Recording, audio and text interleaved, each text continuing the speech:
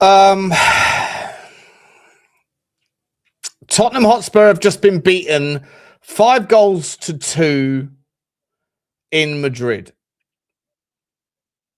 That's about the only thing I'm sure of after what I've just seen.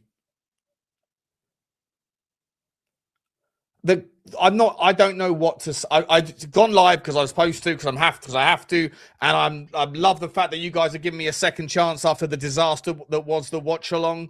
Guys, I'm so sorry about the watch along. I don't know what happened. I had my computer up on this one screen, and then the VPN, the internet crashed, and then the VPN dropped, and then it wouldn't reconnect, and then I couldn't get it scrambled, and my computer crashed. I had to pivot to the laptop. It was a complete shit show. I'm so sorry. So sorry about that. But I when I left the screen, it was 2-0, just 2-0 to Atletico Madrid. I come back and we're 4-0 down, and a goalkeeper's off, and I had no idea what had gone on. And I've seen it all since, and I still have absolutely no idea what has gone on. Hayden, I see you in the background, my man. Stay there for a second. Let me just get through the intro, bro, and I'll bring you in alongside the others. I've never seen anything quite like that. 25 minutes of football in a Champions League last 16 knockout, and we are 4-0 down. And as far as I can make out, at least 2, if not 3 of the goals are because of slips. There were 10 slips in meaningful moments in the game from individual players. At least 15, 16 different slips throughout the game in non-meaningful moments.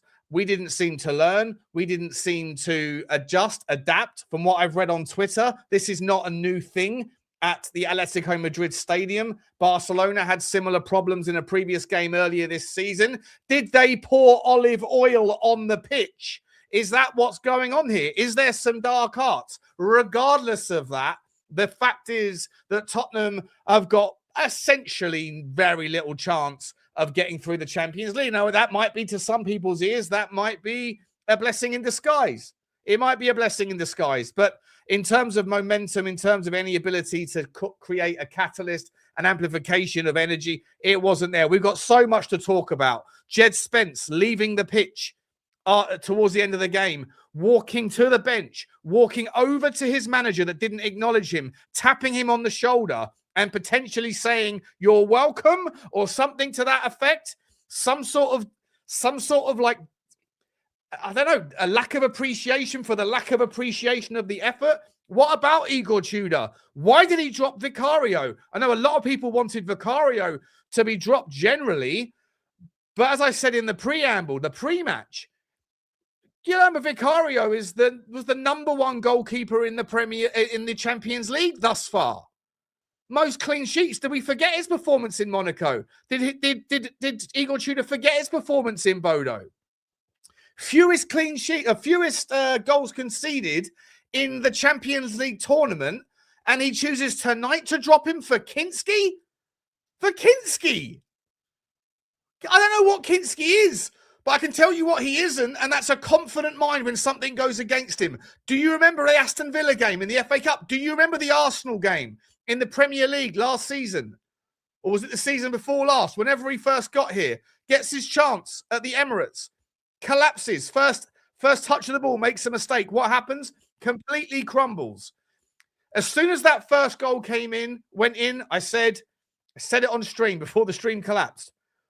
That's a terrible sign because this guy doesn't have an ability to get his head together. That's going to be a bad sign. The stream crashes. By the time I get it back on, 3 minutes later, I get the stream back on. We're 2 goals further down, and the goalkeeper's been hooked. Igor Tudor has a lot to answer for on team selection. He has to answer a lot.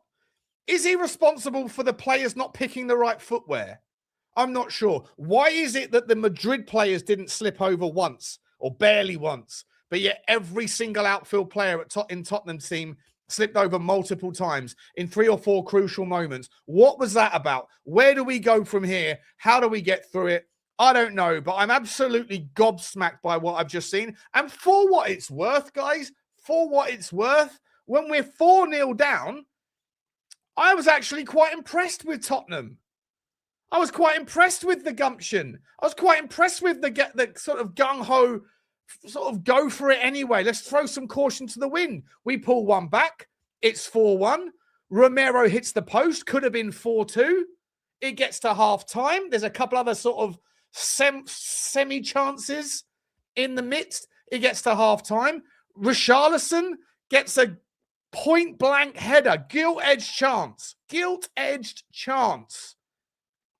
And he hits it too close to Jan Oblak, who made a series of decent saves against us. And then right from that save, I mean, one of the best first touches I've ever seen from Griezmann. What a player. What a player. I said in the preamble, I know people think he's 37, so he's past it. He sure as fuck isn't past it. That guy has the ability. He's so intelligent. What a performance from him tonight. I don't think he got on the score sheet, but he probably was one of the man of the matches for me. But obviously, there you go, 5-1 down. Tottenham still don't let their heads drop. We go back again. I'm saddened by the way the game started, because if the game started in the 25th minute, Tottenham would be well in this leg. There's so much to chew through, so many things to talk about. I'm going to bring in, there's 3 people here with me. Let's bring in Hayden, making his debut on the show from Change for Tottenham. The last time I saw Hayden, it was 1 o'clock in the morning on a Monday outside an African-inspired karaoke bar.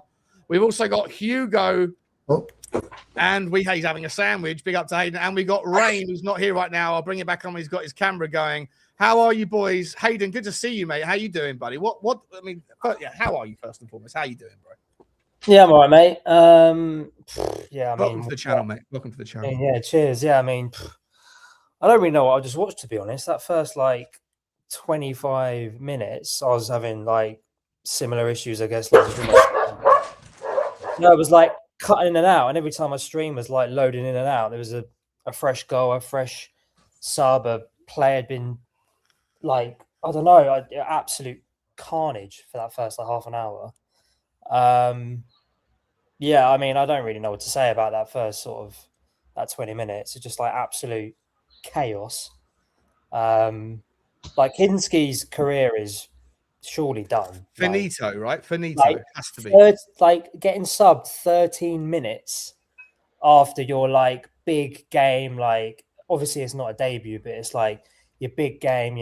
Vicario has been dropped. You're going to get a good start in a big game. Subbed after 13 minutes. That's obviously the end of him. I just don't even know where to start, to be honest. Surely, if our club's got anything about us, we come out and we go, Kinsky picked up a knock, and that's what. Surely, any kind of lie to try and freaking cover it up. Do you know what I mean? No. He's no. Carriers, mate. Carriers. None of that bullshit. Absolutely none of that bollocks. There has to be an inquiry either into. I mean, I think Hayden. I think you put a comment in the WhatsApp group, mate, about the state of the club. I know you're a Change for Tottenham enthusiast, so I know you feel a certain way, right?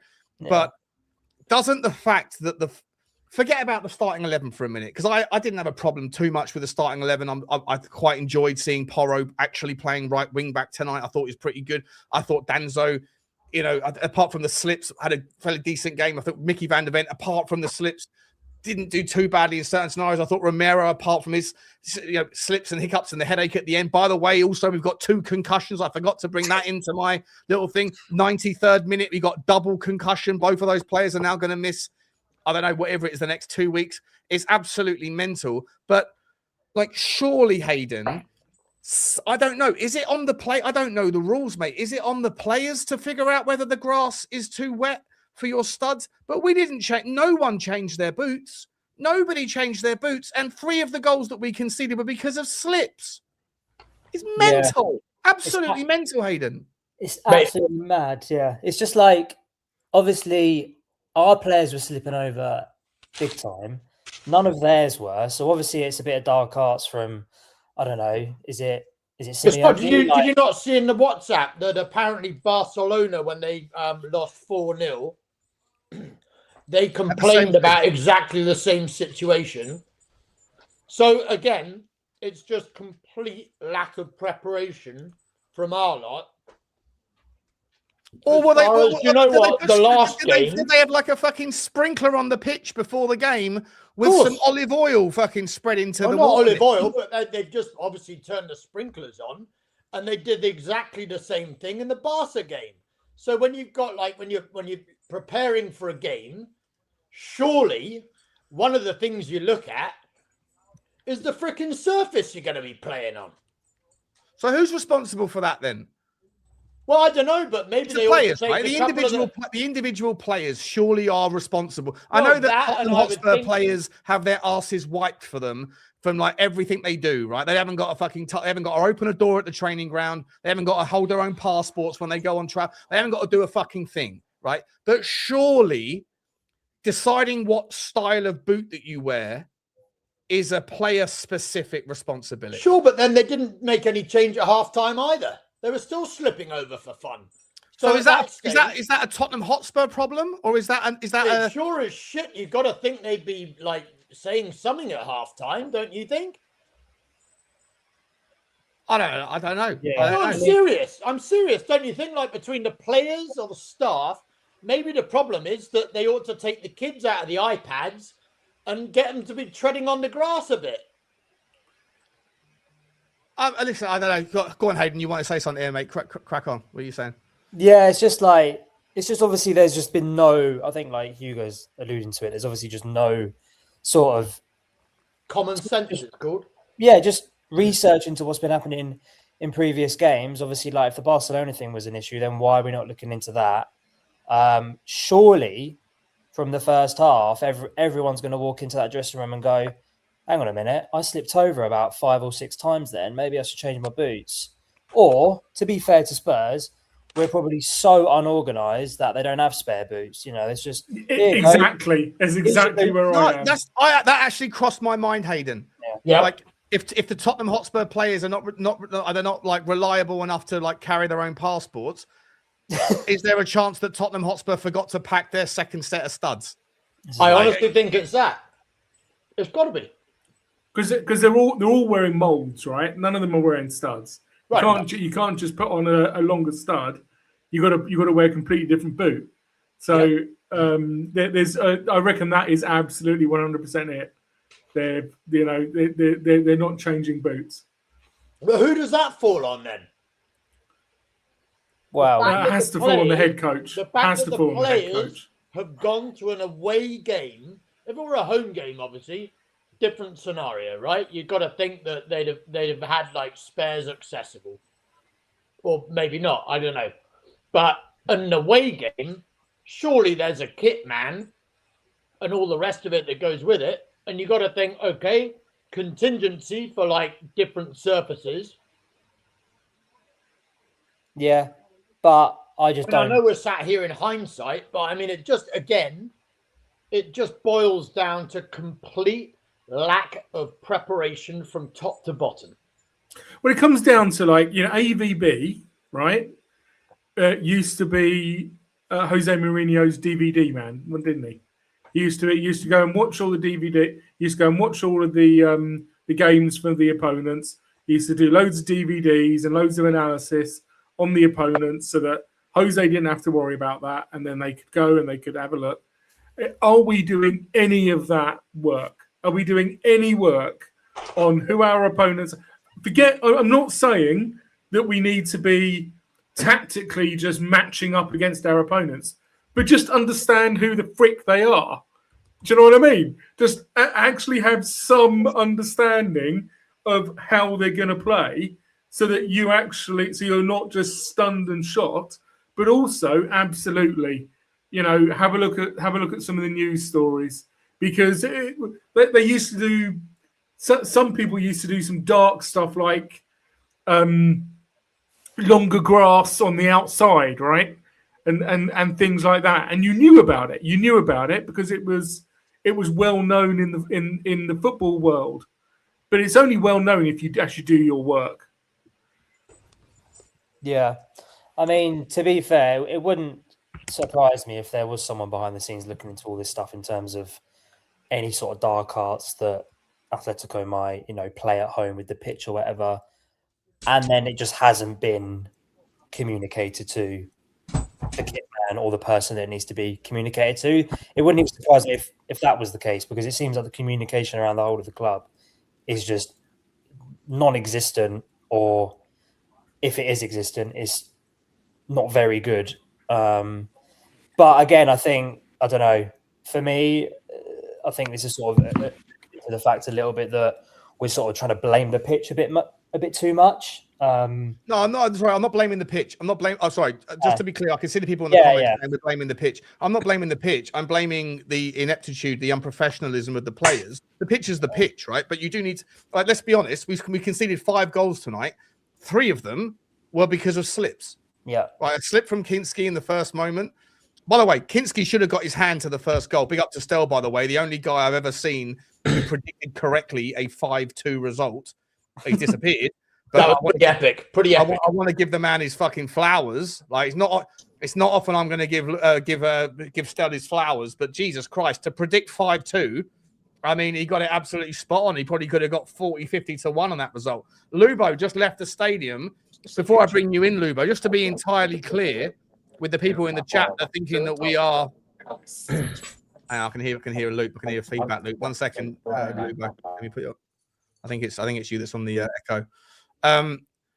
Just to be entirely clear, I'm not blaming in any way, shape, or form the pitch for tonight. I'm saying that the football club or the players are not responsible. Are responsible for their footwear. And 3 of the 5 goals we've conceded.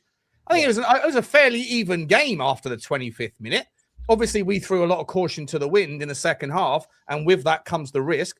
Richalison puts his head on the ball. If it goes in, it's 4-2, different game. Something to look forward to in the second leg. We go down the other end because we've thrown so much caution to the wind, and then an unbelievable touch from Griezmann, like a delicious, one of the most delicious first touches I've seen in a long time from a lobbed sort of clearance.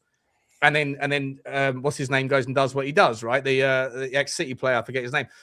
Unbelievable, but like Alvarez, Julian Alvarez. The reality is that you have to call out the slips and say it's not because of if it's because of there was dark arts, fine. But I'm not sitting there blaming the players, blaming Madrid or the pitch. I'm blaming Tottenham for not adapting. Okay, it's absolutely insane. Stella, I wanted to just give you a shout before your internet collapses again. I was going to say congratulations to you, mate. I've never seen anyone correctly predict a 5-2 result, mate. Unbelievable prediction. Where did you pull that one out of your ass from? Sensational. Oh, mate, I'm delighted. I've made 120 quid on the bet. So you actually put a bet on it, did you? Yeah, because I never put money on these predictions, and I thought, do you know what, might as well. And listen, I put 5 quid on it. Got 120 quid. Oh, well done. Well done. Yeah. Well done. Well done. One of us is a winner. Yay. All jokes aside, though, like, still, Tudor's the one that made the decisions about dropping Vicario, putting Kinsky in, which we all had, like magic amnesia from the mistakes that Kinsky's made in games before, right? So obviously, in another big game, in he comes, and it's just like a calamity of errors. I mean, the guy now, that's his career. Like, it's Karius 2.0. He's going to have to be. So we thought we were going to have to sell 1 keeper. Wrong. We've now got to sell 2. Although, good luck getting any money for Kinsky. So that's now we're down to Kinsky for next year. Down to Austin for next year. Well, we'll worry about that next year. But I know, but I mean, and then Kinsky has to. Kinsky had his chance, mate. Right? Igor Tudor has to. Listen, some people will argue. I think Eugene will make the argument in a minute when I come to Eugene, but I know Eugene's already said it in the WhatsApp group. It's not on Igor Tudor that players slip. Stella, you were sort of first in there. I'm going to come to you. And sorry, Rain, I will bring you back in a second. I know you didn't really get a chance to say much either, mate. There's 7 people on, so I'm going to dance around here a little bit. Stell, Igor Tudor, did he fuck up tonight, or was it the players with the footwear, or was it something else? What's your take? It's the entire culture of the football club. We're in a toxic, negative, catastrophic culture where everything we touch just turns to shit. The fact at the end of the game, once it's over, that we pick up a concussion, so now Paulinho is probably going to be out for a week, sums it all up, Sean. These events are all. I'm not a superstitious guy. I'm not into kind of manifestation and all that. I like to be not pragmatic, but just kind of take it for what it is. And when you're in a slump and you can't get out of it, everything goes wrong, right? Another night, Kinsky would have had a good performance. Another night, Spurs would have scored quite a few goals.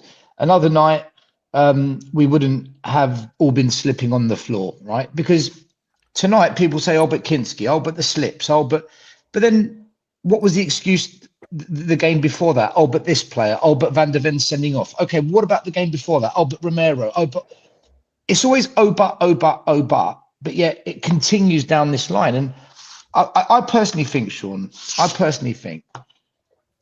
you know, I was one of the fans that said we're going to get battered tonight. You know, I forget whether I predicted the score right or wrong. My overall thesis was we're going to get battered tonight. And the reason I felt that is because I'm not in denial of what I'm watching. We are fucking awful, man. We are atrocious to watch. And fans, they're bullshitting themselves. Fans are bullshitting themselves, Sean. They're bullshitting themselves in delusion that we're going to suddenly turn up against Atletico away. In what dimension is that plausible with the way we're playing every week? But we did have a lot of chances to get back in the game. Romero hits the post when he should have buried it, and that was at the score. It was 4-1 at the time. And Richalison gets a free header inside on the 7-yard line. Sean, if buts and maybes. If buts and maybes. Sean, it's all. There were chances at both ends. It was a wild game. Every time the pressure is off and there's nothing to lose. So at 4-0, there's nothing to lose. We turn it on, Sean. We've done this throughout the whole season. Once the pressure's off, Spurs come alive. It's too late.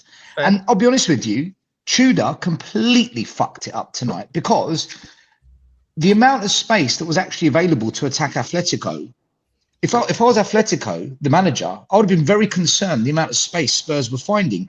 But what did we do? The only playmaker we had was on the bench. So what Simmons has actually been all right in Europe because in Europe, you tend to find a bit more space in the Premier League. So when we are given space, we don't even have the player on the pitch to capitalise. It's ridiculous, Sean. So the culture is to appoint shit managers. The culture is not to stick with managers. The culture is to throw players under the bus. The culture is not to coach players anymore. We were never going to beat Atletico tonight. And I'll tell you what, Sean, we are going to get a tonking at Anfield, mate. We're getting a tonking up there. Mark my words. Before we talk about Anfield, let's we can talk about that in a minute. Let me bring Lubo off. I feel sorry for Kinsky, by the way, Sean. Sorry to say. I feel sorry for him because he's a kid and that is a horrendous experience for any young player to have to. Tonight, he carried the entire weight of a whole dreadful season on his shoulders tonight. And I actually feel sorry for him. I do. Yeah, but he did make 3 catastrophic errors in 20. Yeah, but still, we never should have signed a 20-year-old kid as our backup goalkeeper, and now we shouldn't have put him in that position with his first big game of the season. I agree with that. At Atletico Madrid, it's just madness. Everything is madness. Yeah. Everything is madness. And what at least is they're going to blame Kinsky rather than everything that's happened before it. Yeah. That's what we do. Let me just quickly. Let me bring Eugene. Eugene wanted to say something. Eugene, I don't know if your internet's working. You obviously disagree with what was just being said. Sorry if I'm lagging. No, you're fine. What's your thoughts, mate? It's not kicking me out. Yeah, let me know if I'm. Okay. No, it's just I'm getting work. Like I'm in a bunch of WhatsApp groups, and everybody says the same thing. Like Rain, Kinsky is not a 15-year-old. He played before. His issue was always shot stopping. His passing was never an issue, right? We got him because people said he could pass the ball better than Vicario. Last 3-4 games, everybody was asking for Kinsky. So the mistakes that he made, they were silly, like mistakes that under 10s make. Nothing to do with shot stopping, nothing to do with anything else. He should be good enough not to turn the ball over like that. So, and it's every time the conversation, like, it goes from what the players do on the pitch to Enoch and Levy and everything else. Simple as the players today, they're mental midgets, right? They make mistakes as they always do. Nobody was talking about Van der Ven, who was responsible for the second goal when he slipped. The header, the free header that they got, the fourth goal. Both Romero and Van der Ven fell asleep. So I know we have all these issues with the board, with Tudor. However, the players are the ones who are on the pitch, and they're making the same mistakes again, again, again. And nobody seems to be talking about it. It's like if a different manager comes in, something is going to change. I don't care if Pep was managing us today. I don't care the system. Those slips are slips. And then people say, oh, the manager should be responsible for their boots. Like, are you guys serious right now? They're professional players. They practice on the pitch for that purpose. So we're making so many excuses for them. They're not under 11s. Those players are making silly mistakes for third year in a row. Same mistakes, same issues. So today, did Tudor do a great job? No. However, without those mistakes, it was a pretty even game. It was an even game. Okay, so I got. And I was hoping we would have lost because I want us to focus on the league and be knocked out. Okay, Eugene, I don't know if your internet's still caught up. Let me just ask. I'll let you go first on this, Eugene. Then I'll let it come around. I'm going to go to Hayden next, and then I'm going to go to Rain. Okay. And welcome, Adam. By the way, Eugene, there's a massive dialogue in the fan base right now about who it is that's responsible for the shit show we're in. And I feel like the vast majority of the fan base that's online, the one that I see, seem to want to pivot towards it's the ownership, it's the shit shows, it's the Johan Lang, it's the Vinais, it's the Levy, post-Levy eras, it's all the fucking disaster, right? And everyone pivoted there and going, and I know Stel's one of these guys, and Hayden's always been someone who's championing these sorts of movements, right?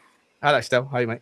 But have to ask the question, there's also the other side of the fan base that say, well, these players aren't good enough, right? So, on that basis, if the players aren't good enough, then they go, well, who bought the players? It was the people that were employed by Enoch. So all roads point back to the ownership. Cool. I have to ask the question, and this is not in any defense or any like dismissiveness of it or dismissal of any other argument, but you look at that back five tonight, right? Vicario, generally speaking, is our goalkeeper. He's wanted by Italian teams, like top Italian teams, like Juve, whatever else. You've got Udogie that's wanted by many teams across Europe. Micky van der Ven's wanted by every team in the world. Romero's wanted by the team we bought tonight, the team that beat us tonight, apparently smashed us tonight, and Real Madrid. And you've got Pedro Porro that's wanted by the vast majority of ball-playing, possession-based teams in Europe. Like Pellini is a top player. Kudus will be able to go to a better club. Name me a player that will leave Tottenham if we get relegated that will go to a worse team than Tottenham Hotspur. And I'll save you the trouble, quickly to finish my point. There's not many. Even the Lucas Berghvalls are wanted by massive teams. Even the Dom Solankis are wanted by Newcastle. And most people right now in the Tottenham fan base would make the argument, and probably correctly so, that Newcastle's squad is far better than Tottenham's. So it begs the question to me, if the players are really that shit, then why is it that all of the bigger clubs and better clubs around Europe want all of our players? And if the players aren't that shit, then why is it that they can't do it on the pitch? Because it's not Vinay, it's not Johan Lang, it's not Charrington, it's not whoever, Matt Butcher, all these people aren't kicking the ball. So why is it that the people on the pitch, if they're that bad, then why is it all the big teams want them? And if they're good enough, then why is it that it's the players, it's the ownership's fault, it's the people at the club's fault for these people not changing their fucking boots? Like, can't two things be true at the same time, Eugene? I'll let you go first, and then I'll bring in Hayden, then Rain, and then we'll go around from there. Yeah, I'm going to bounce after. Yeah, so I think we're conflating different things here. The ownership is responsible for the overall direction of the club, for where we are, right? They take the blame. Thomas Frank, who came in the beginning of the season, is responsible for setting the culture in the dressing room and being weak and being a coward. That's on him. As a manager, right, he was the one who needed to set up a philosophy. But then the players are responsible for their own performances on the pitch. We cannot blame one party for everything, right? Everybody has to take responsibility. And what we do is we just say, oh, everything is the board's fault or everything is the player's fault. It's not that, right? Now, to your point, Sean, when you say top clubs want our players, Juve might be a top club, but Serie A is not a good league. So the players might be wanted by Juve, but as we all know, it's like Serie A, the competition like Prem team squad or starting 11, right? Maybe bar Van der Van, who's won it by Liverpool. That's it. So Romero can play in Spain, sure. Can he play on a top Prem side? No. Same thing for Porro, same thing for Van der Van, right? Different leagues, they highlight different attributes. And our players, they might not be good enough to play in the Prem to deal with the physicality. Guys, I think Tudor's been sacked. Yeah, right. I think he's been sacked. I think the he's been mentality sacked. isn't there. It's on Sky News. So come on. Let's bring in Who's that little kid celebrating? 8-year-old Redknapp and his nurse. And that's... All right, let me sorry, Eugene, your internet connection's horrendous, mate. What are you doing? What kind of an example are you setting? Let me bring in Hayden. Hayden, right, breaking thanks. news. It looks like guys. Cheers, Eugene. Appreciate you, mate. Thanks, man. Appreciate you, buddy. Let me bring in Hayden. Hayden, it looks like Igor Tudor's been sacked, according to a few places. Now I'm seeing it on Twitter as well. I'm going to bring it up online. What's your thoughts, mate? I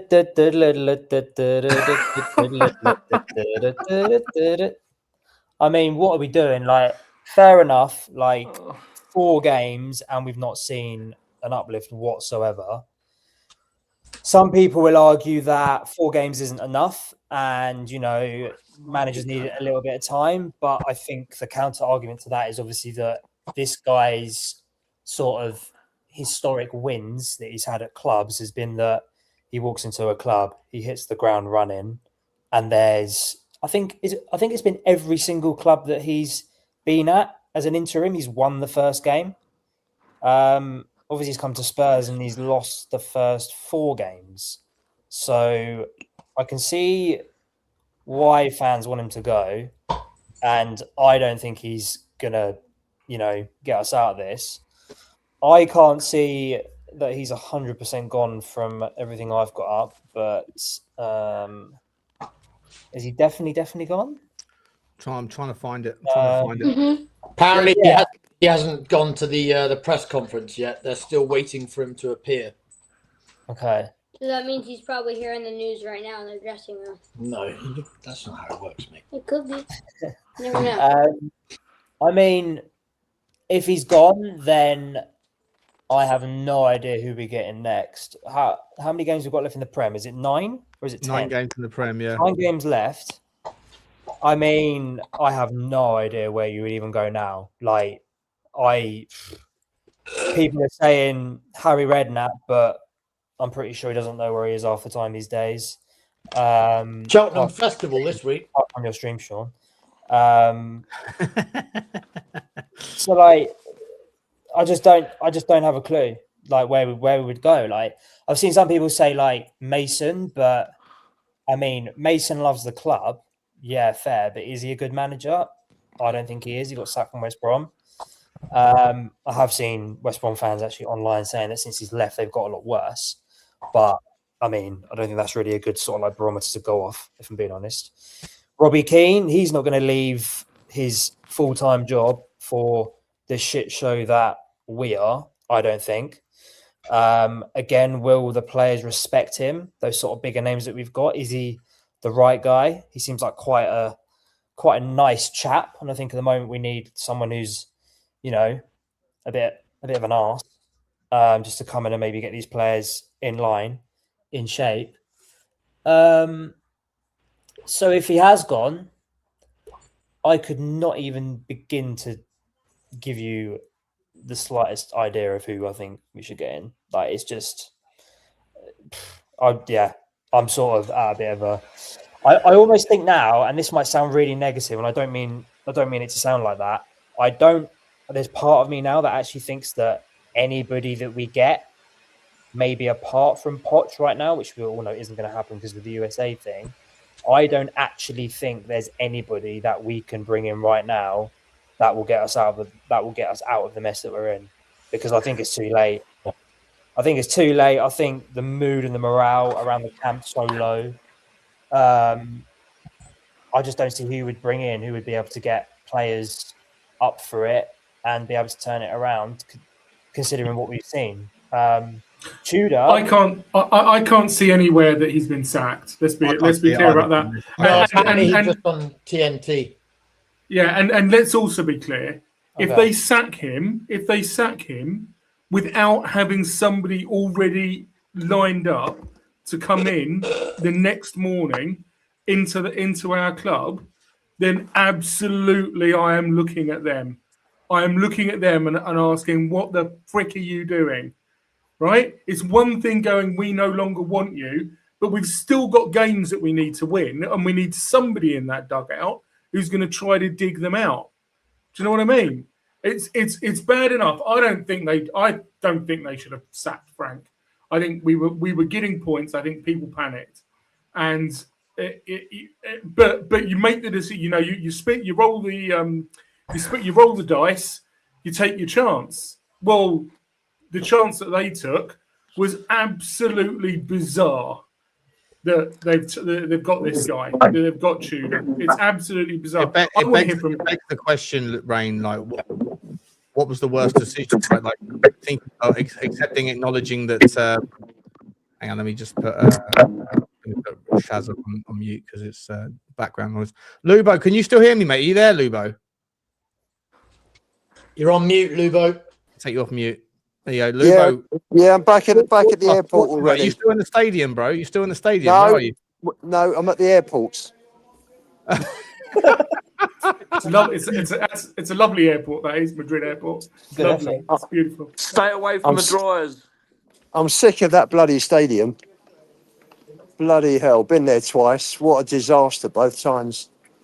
And, you know, we're all looking at the first 15, 20 minutes. And those first 3 goals, everybody's like, just can't believe it. It's like, we just conceded 3 goals like that? I mean, this season's turning into a disaster, big time. But I haven't seen 3 goals given away like that.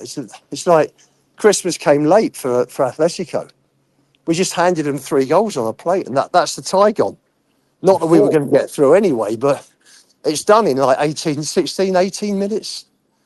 Ridiculous. Lubo, Just ridiculous. Was the Tottenham end full up? Did people leave after 25 minutes? I don't know. I think I was in a world of my own, to be honest. It wasn't packed. It wasn't packed. There were empty seats because they yeah, all over the place. Like it was half empty. All over the place. Empty seats all over the place. And it was sit where you want, basically. So, you know, the block and the seat number that you were given on your ticket meant nothing. So, I mean, what did you think of? Did you see the Jed Spence incident? They didn't show it on the TV, but they talked about it.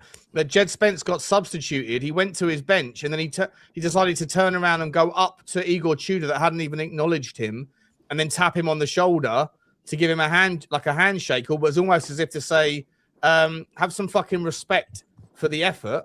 Again, I don't know what to think about that. On the one hand, I think that it's like common decency for a manager to, like, you know, appreciate a player that's coming off.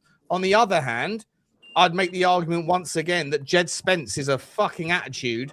Like he's a diva who needs a fucking slap. Excuse my French. I know Hugo's lad is here. Sorry, Hugo's lad. Sorry, mate. Sorry, buddy. Jasper, I do apologise, mate. But tensions are high, mate. Tensions are high. Earmuffs for Jasper.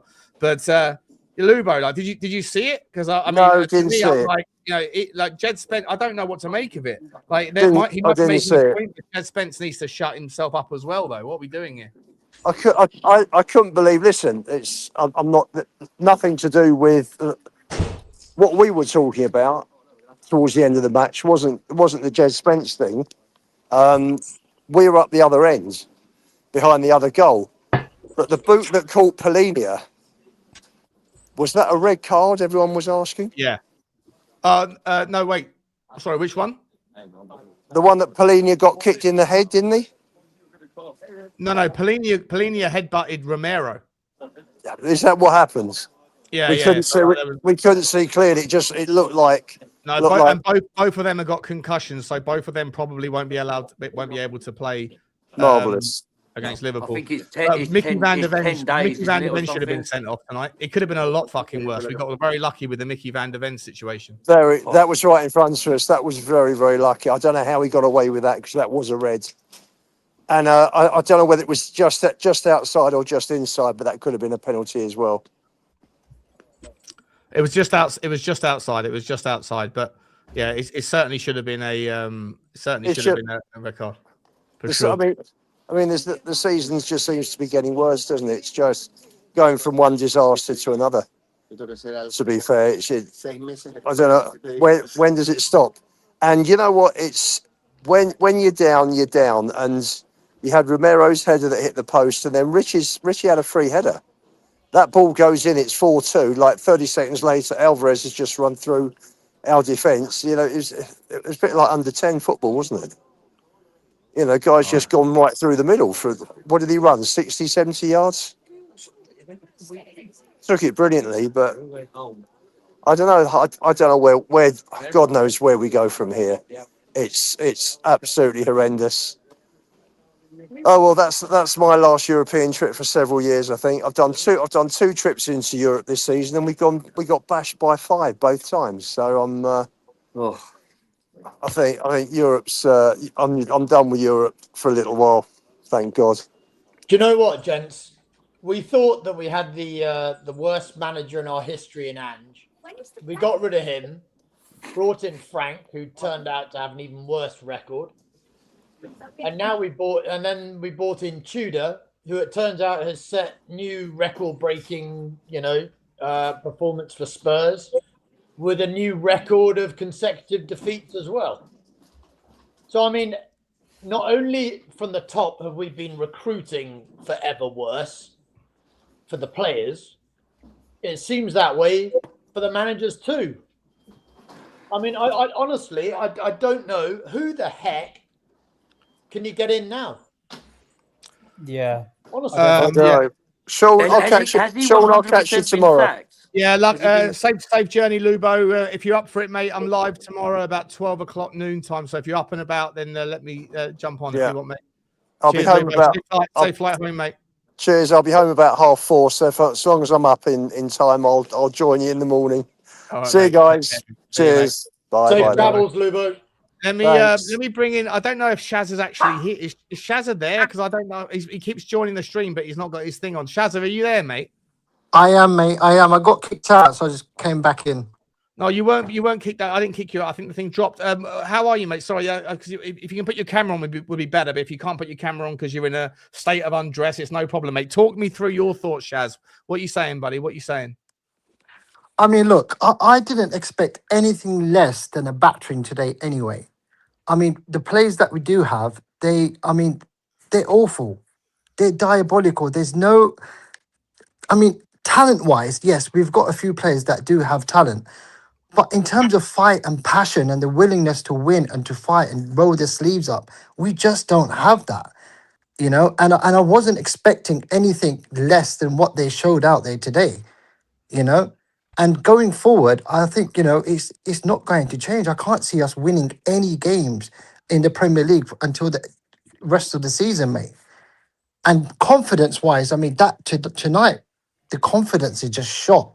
And we walk into Liverpool on Sunday, mate, and that's another battering incoming, 5 or 6 goals, And I can't see any wins coming. We may draw a couple of games, but no wins, mate. And the only thing that will probably keep us up is the run that the disastrous run that West Ham have got.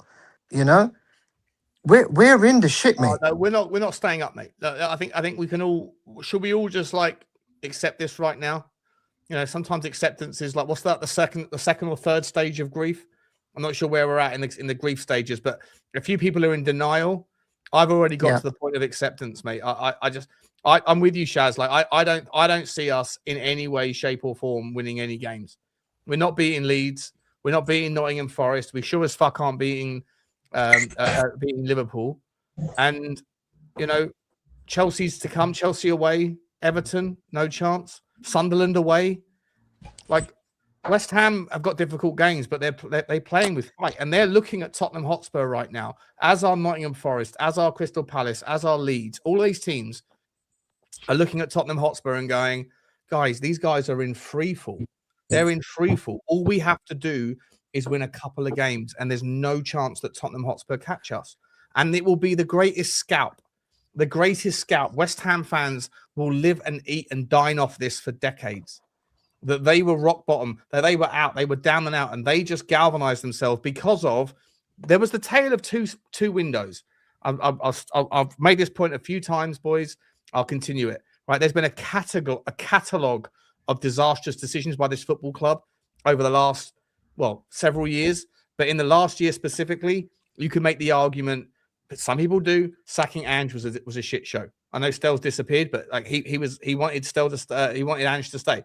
That was the first one. Hiring Thomas Frank, getting rid of Daniel Levy, bringing in Vinay, bringing in Charrington, whatever. All of these decisions, some of them might have been right, some of them might have been wrong. You'll never know what would have happened if you chose a different timeline of events. But for me, Paratici leaving. I was convinced that letting Paratici leave ahead of Johan Lang was a fucking idiotic mistake. However, I have to be Sean, just to cut you on, just on that. We put Paratici on gardening leave, mate, right? So he's gone to Fiorentina, right? We've kept him on for a month, hanging about so that he can have his input into the signings. We signed no one, mate. We signed absolutely no one. We kept him there. And even with the decision to get this absolute twat in, Tudor, that was Paratici's. He wanted that to happen in November. So yeah. So that's the point I was going to make, Shaz. I was convinced that letting Paratici leave and keeping Johan Lang was a fucking idiotic mistake. But you know what? Johan Lang and Vinay are probably sitting there right now, despite the shit show that surrounds them. They're probably sitting there and thinking the non-footballing people should have listened to us, because actually bringing in Igor Tudor and getting rid of Thomas Frank on the balance of probabilities was a mistake.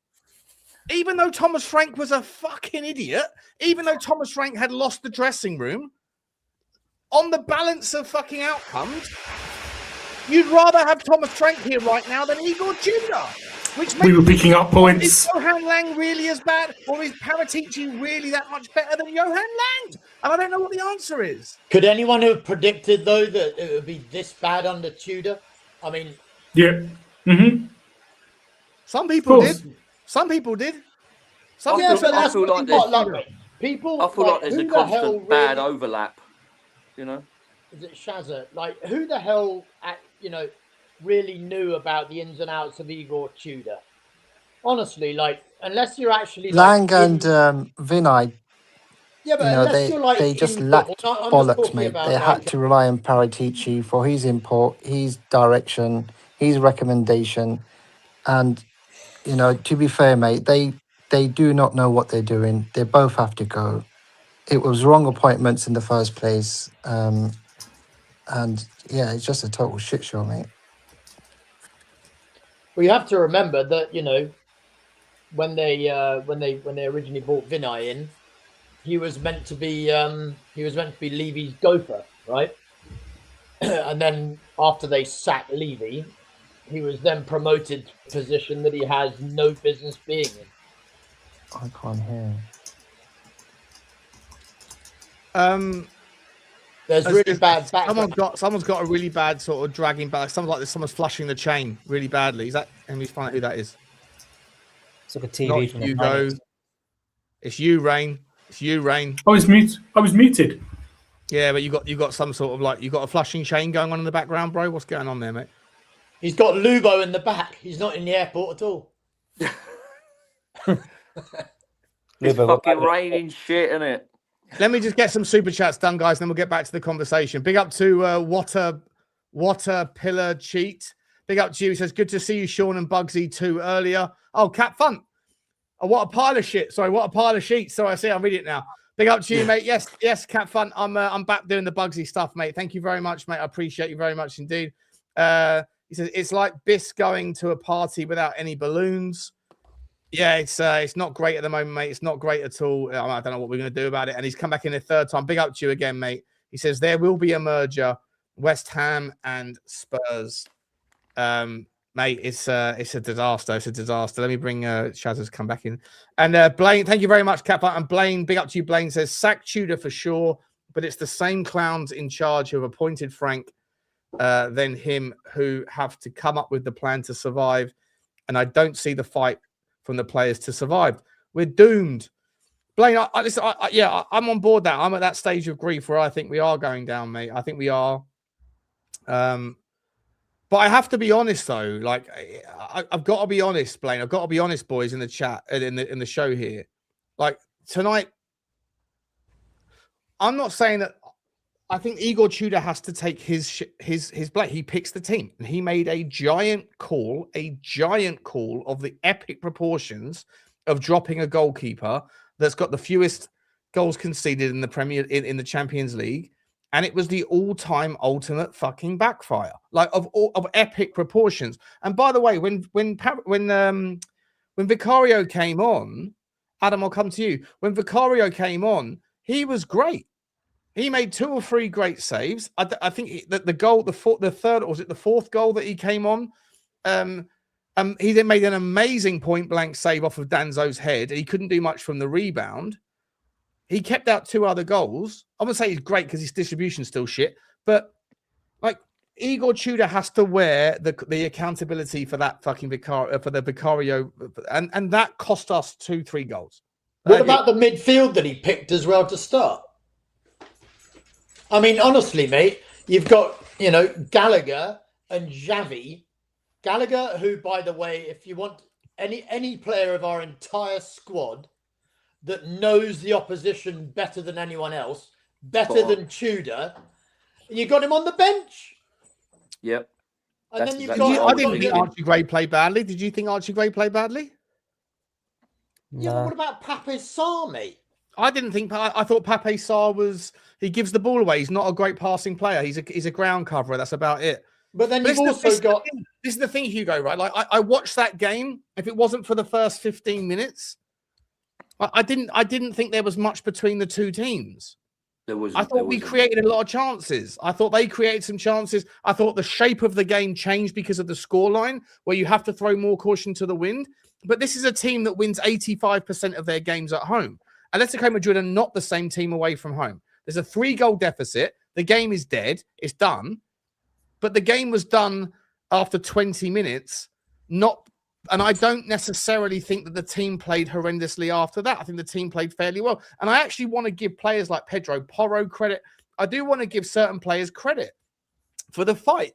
If Romero sticks that header in when it hits the post, and he should have done better with the header, and if Richalison puts his header in, I know if either of those goals go in, then there's a whole different reality so that you don't know what happens, right? But if either of those goals, and yes, I know that Llorente had a chance as well that he scuffed wide, but I actually think Tottenham fought back to like a little. I want to give some of the players some credit for being 4-0 down and fighting back in a horrendous environment, because I think we're just guilty now of just looking at the scoreline and assuming all was bad. But I actually think that the players were not. It was the first 20 minutes. You take the first 20 minutes out of the equation. It wasn't 2-1. Was it? It wasn't that bad. No, but you think in the last 70 minutes of that game, we beat them 2-1. And this is Atletico Madrid. I know it's all if, buts, and maybes, right? Because you can make the argument, well, Atletico Madrid took their foot off the gas and they were comfortable in the game or whatever else. Hayden, let me ask you, is the game dead? Is the second leg dead, or is there any chance that Tottenham can come back in this game? Based on our home form over the last 15 months now, is it? You'd say? I think we've won 4 games. We're undefeated at home in 24 matches in Europe. That is true. But 5-2 with the way that we're playing in general, morale. Liverpool will probably, well, you'd probably think they maybe put 3 or 4 past us on the weekend. I just can't see how. I just can't see how we score 4 and win that. Yeah, I don't know. I just think it's done. It's done, right? It is done. It's done. Yeah, like if it was 4-2, if Richarlison puts that gilt edge chance to bed, yeah, it's 4-2 because then the 5th goal doesn't happen, or at least it doesn't happen then. It might happen afterwards in a different reality, but like at 4-2, it's still in flux, right? At 4-2, you get an early goal, and then you're like, right, it's game on. Yeah. You try and get another one before half time, and then it's level going into second half. But I just think, just with the players' mindset, from what I'm seeing from them, like the attitude they're having at the moment, Van der Ven playing like, I don't know how he didn't get sent off today. There's just like players just all over the pitch, just not playing to the level that we know that they can play. I just can't see how, because they're just going to come, like, this is the sort of thing that you've been saying as well. Like, I've heard you say it a couple of times before. In theory, the home leg on the second leg is better because you've got the home advantage in the final, the second leg of the tie. So in theory, you've got the advantage then. But if the game's done before you even get back to your place, what's the point of having the home leg like second? I just can't see a world in which we get 4 goals at home and go through. Even if we somehow get 3, you know what's going to happen on pens. Vicario will dive wrong for every single penalty, like he's done. Yeah. For every single penalty. That's true. That's playing football, let alone. Yeah, a penalty shootout is essentially a loss, isn't it? Yeah, exactly. Because just know that.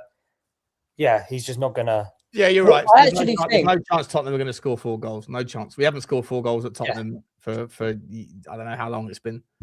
Exactly, and I feel like even if somehow it did go to penalties, for me now it's almost at a point where like Vicario is probably better off not looking and just diving somewhere and hoping for the best. That's how bad he is at saving penalties.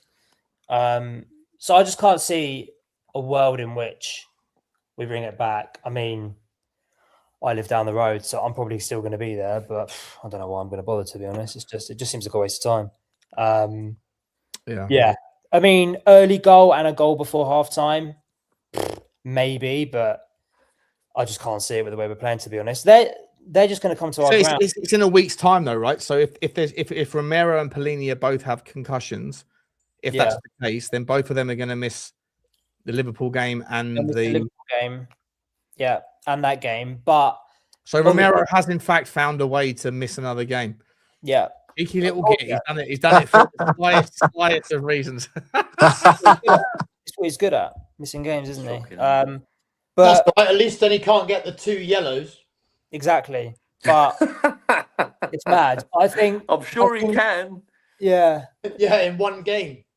Obviously, I hope that both of them are completely fine and they don't have any issues, but almost in a weird way, I think if they can't hear you, right, Rain, you're not on mute. That's because I turned myself down. That means that if they're on concussion protocol, which is 14 days, right?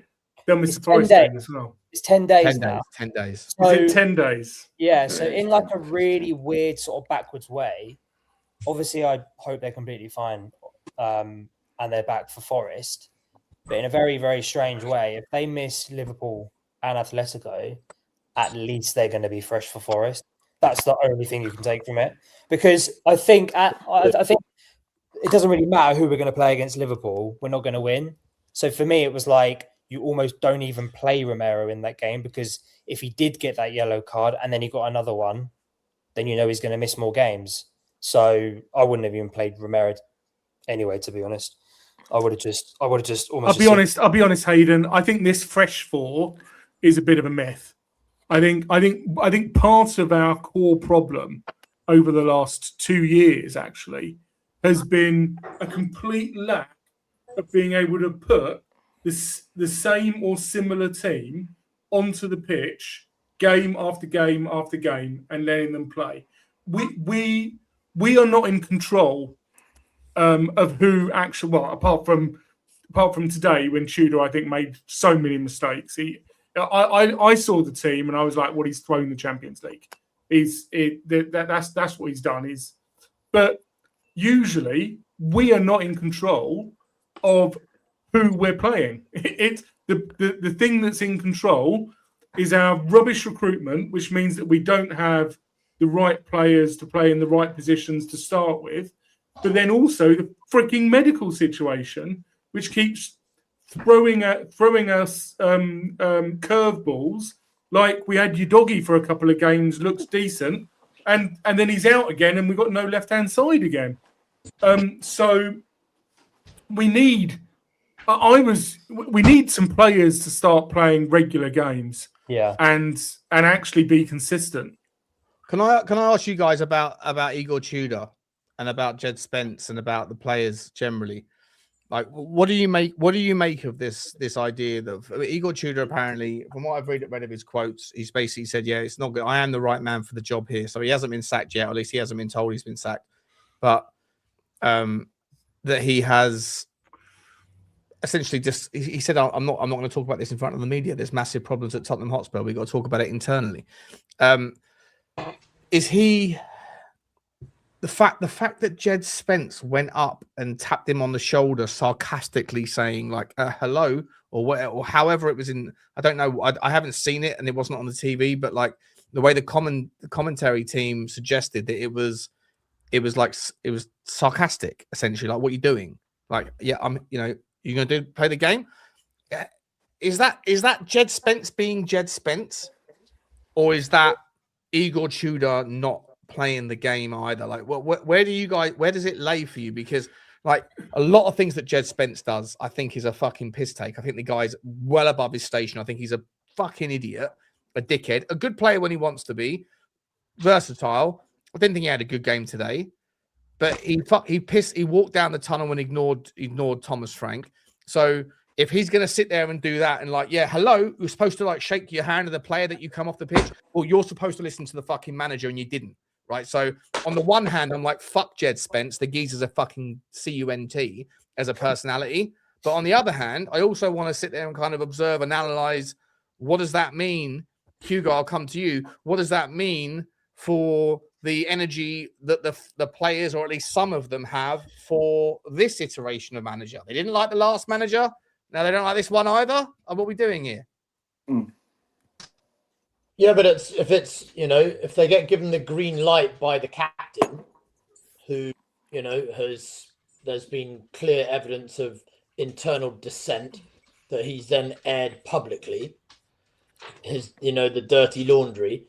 If that's not getting punished, then I would think people like, Spence probably feel that they're perfectly okay. Showing that level of dissent, lack of respect. It's not okay. We know it's not okay. What's Jed Spence saying? Is Jed Spence saying, "I put in a good shift, say thank you"? Because if that's the argument, he didn't put in a good shift. He didn't do fucking anything. Who knows what he said or didn't say? It's inherent, right?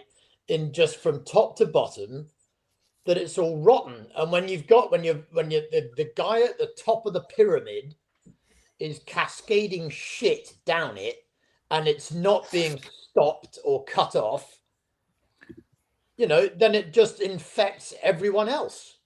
Yeah. Sean, when Romero came out after the transfer window, and you were absolutely apoplectic about, you should not be doing this. He's the captain of the club. You don't air your laundry. You don't air dirty laundry in public. He's doing the wrong thing.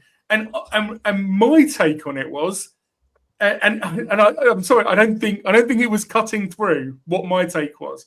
My take was, this is indicative of the poor culture at Tottenham Hotspur Football Club.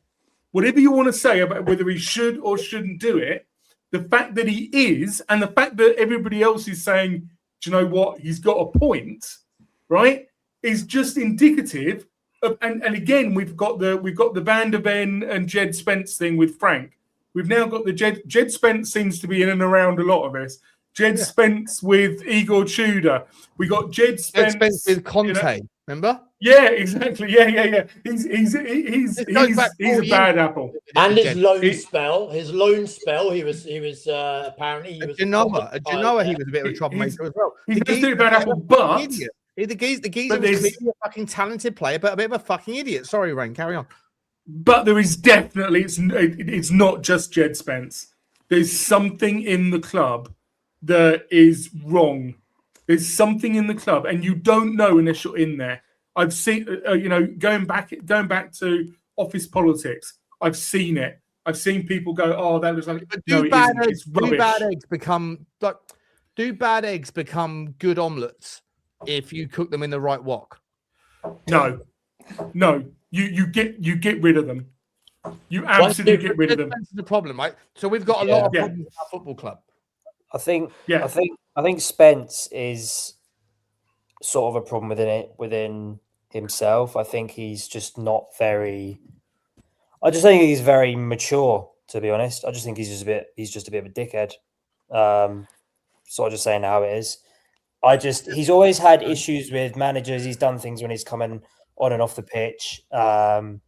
Even way back to when he was like smoking that cigar and looking at Warnock and making all those remarks way back. I just think he's got an attitude problem. I think he thinks he's far better than he is. On his day, he's great. A lot of outside fans seem to rate him as well, but I just don't think he's sort of a good egg, to be honest. I think if Poch does come back, I think he'll be one of the first players that he gets rid of. Yeah, I agree. If by some miracle, and at this stage it's going to take divine intervention, frankly, to stay up. But when there's it's going to have to be. But when there's signs of rot or there's signs of mold, right? It's yes, you can get rid of it, but there's something else. There's something else which is enabling it and causing it, and that's what needs to be. Yes, get rid of Jed Spence. But there's something else within our club that is enabling all of this rubbish to go on. Because it's not just Jed Spence. He's just the pimple on the end of the nose. Yeah, he's someone that stands out, right? He's just someone that stands out. He's more than happy to show his colours. Yeah. And by the way, by the time it all starts to be like laundry being aired in public, behind closed doors that people have been seeing it for a long bloody time, and yet nobody has taken any action to get rid and reset.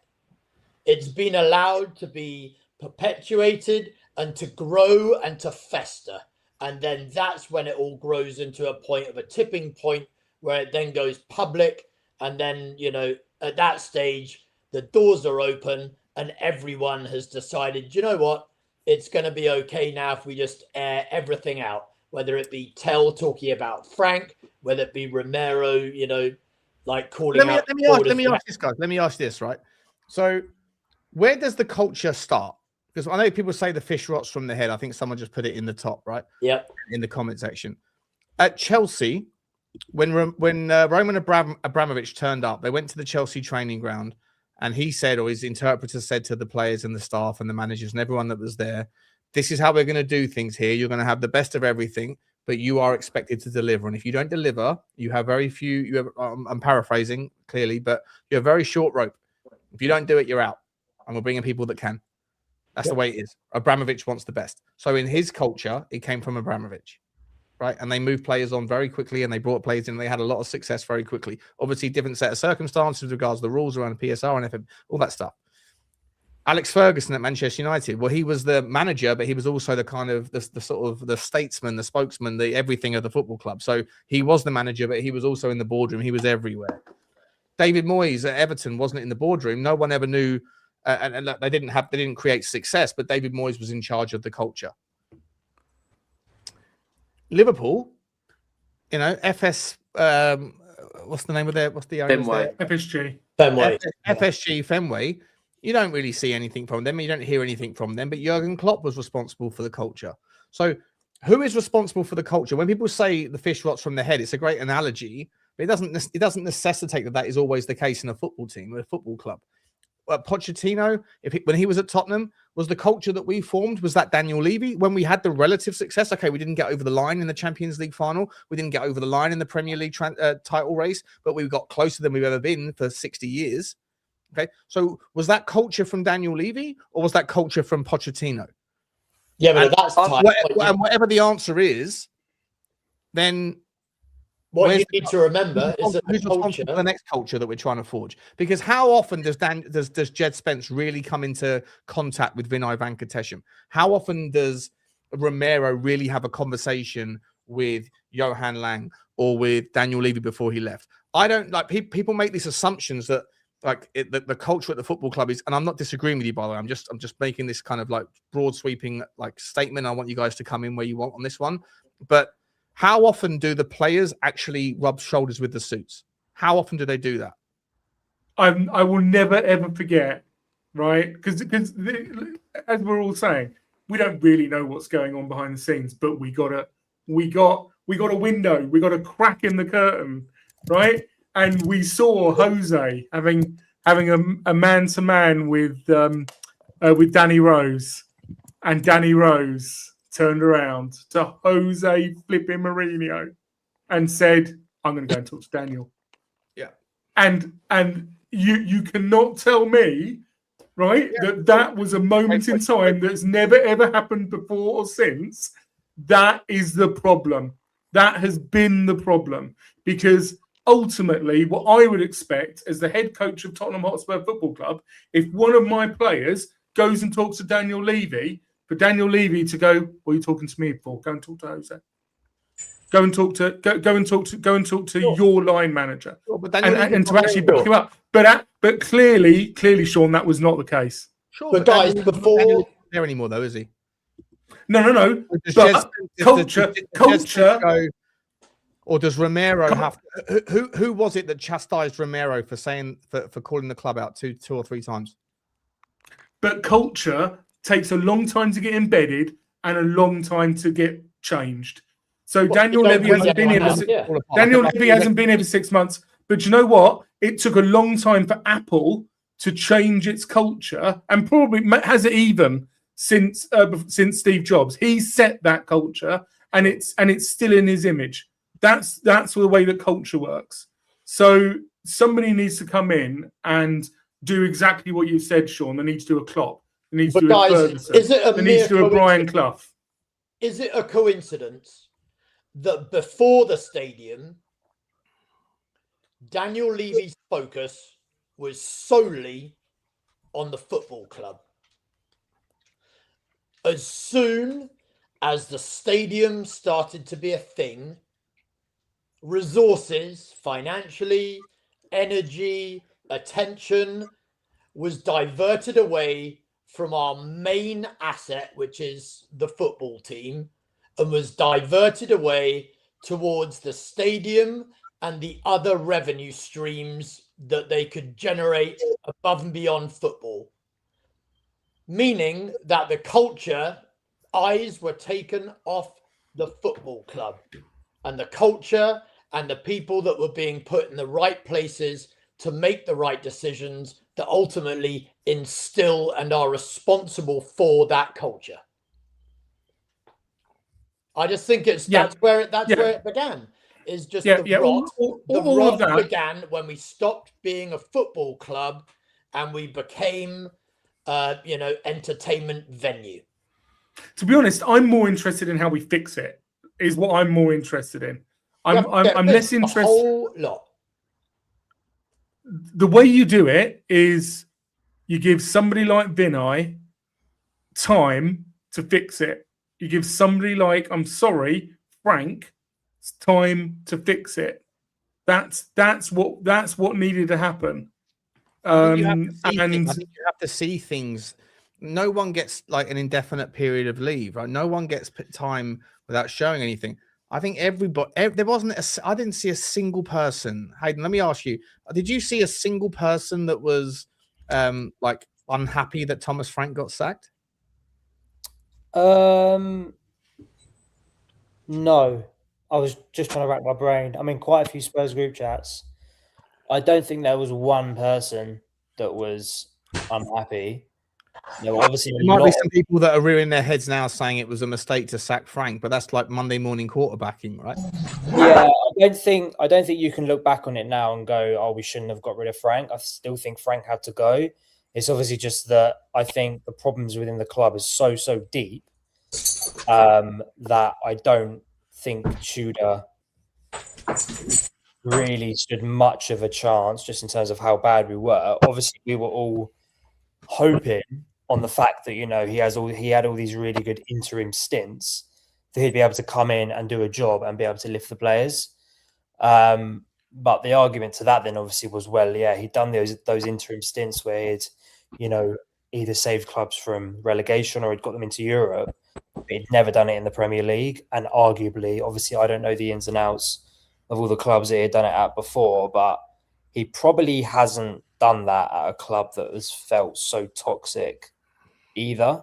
So, yeah, to sort of rely on him, I think it was obviously a massive gamble. But I don't think you can now sit here and say that we should have kept Frank, because Frank, there is the argument that Frank was Well, no, you could make the argument now with the benefit of knowing that we rolled the dice on someone else and it hasn't worked out. You could make the argument that maybe we could have got something more out of tonight, more out of the Fulham game, more out of the Palace. You can make the argument. It doesn't mean you would be right? Yeah. But I don't remember I don't remember a single person saying sacking Frank is a mistake. I don't remember anyone saying that. I genuinely don't. I don't either. And yeah, I think that Frank had to go regardless. I just think that the club then going back to Paratici's suggestion, who they had pushed out of the club because Lange and Vinay were obviously running the show, going back to his suggestion was a massive, obviously, red flag anyway. But then it turns out that the Paratici suggestion now hasn't worked. So how good was Paratici to begin with? Correct. It's all just so... No, it's a great point, though. It's a great point. Because everybody that I know sits there and compares the two. Right? I spend so much time with Johnny. I'm not calling Johnny out. I love Johnny to pieces, but he's someone that has an indelible mark into the Paratici was great idea. And he likes to remind everybody of the great signings that Paratici made and doesn't like to really talk about the shit shows. And there's not many people that will have any time for Johan Lang. A few people will sit there and remind people of the Berghvalls or whatever that might be potential. Yeah. But ultimately, when push comes to shove, on reflection, those people that wanted Johan Lang gone and Paratici to stay, well, look, we got what Paratici wanted later than when Paratici wanted it, and it's been arguably worse. Not even inarguably worse. He's conceded 14 goals in 4 games. He's arguing with the players. He doesn't have any. I mean, the media stuff I've seen is just shambolic. He said no comment. He was asked, "Should I be the manager of Tottenham Hotspur?" was the question that was aimed at him, and he said no comment. I mean, he's begging for the sack like Thomas Frank was begging for the sack, and it begs the question. Listen, I'll always make the argument that anyone would want to take the managerial job at Tottenham, but not because they care about Tottenham, apart from potentially one person, which is Pochettino, who might take the job even if we go down, because he has unfinished business and he has a romance attached to the football club and his time here. But everybody else wants the job because it's a free hit for on their resume. Every single one of them gets, if they come in and they do something good, they outperform to the upside, they get to do something that no one else has done or very few other people have done. And if they fail, then they're just the next iteration of a top manager that's come here and failed. And maybe that's slightly different if they're the manager that takes them down, which is probably why Igor Tudor is begging for the sack, because he'll be the guy that will be forgotten about in 2 months. If he gets sacked tomorrow morning and they give someone else the gauntlet, they give someone else the baton, that person's the guy that will end up taking Tottenham down. And Igor Tudor was just a short-term mistake that no one will remember. Same thing goes for these fucking players. Most of these players, as we said this in the pre-match show, right? Look at Leicester. James Maddison was in the Leicester team that got relegated. Does anyone remember James Maddison as a team that got Leicester relegated? No, they don't. They don't. They think of a good player that's been injury prone at Tottenham Hotspur, an England international occasionally. Players know that they are a participant in the story of how teams do, but they'll be remembered for the good, especially if they are an actual active part of the moments within that story where it works out. but they won't be remembered for the bad. They'll be just another like a notch on a bedpost of a guy who goes around shagging birds all day long. If Tottenham get relegated, Romero, Van der Ven, all these people will move on. And you know what? So will the footballing fraternity. In the summer, if we get relegated on May the 15th, the entire world will be laughing at Tottenham Hotspur. West Ham fans will be dining out on this experience for the next 10 years of their life. Everyone will think about Tottenham Hotspur for about 10 minutes, unless you're a Tottenham fan. But look where Leicester City are right now. Leicester City are about to get relegated from the Championship to League One. Is anybody talking about Leicester? No. No one gives a fuck, apart from Leicester fans. So Tottenham fans, yeah, we'll go down. We'll talk about this shit. But by September the 1st, there's not a single person that will be talking about Tottenham fans that are not Tottenham fans, because they'll be busy talking about whatever's going on in the Premier League. And that includes the players that are responsible in no small part for where we're at. Sorry for the rant here. I'm not sure if it's a rant. It's just a bit of a fucking recipe for where we're at. But these players, it won't matter who you bring in. Igor Tudor's begging for the sack because it will get that fucking dusting him off. He won't get that fucking, he took Tottenham down. The next manager that will come in, yeah, I'll come in because you're going to pay me 2 million quid, right? Or 5 million quid for a couple of months' work. All right, if I go down, we'll go down, whatever.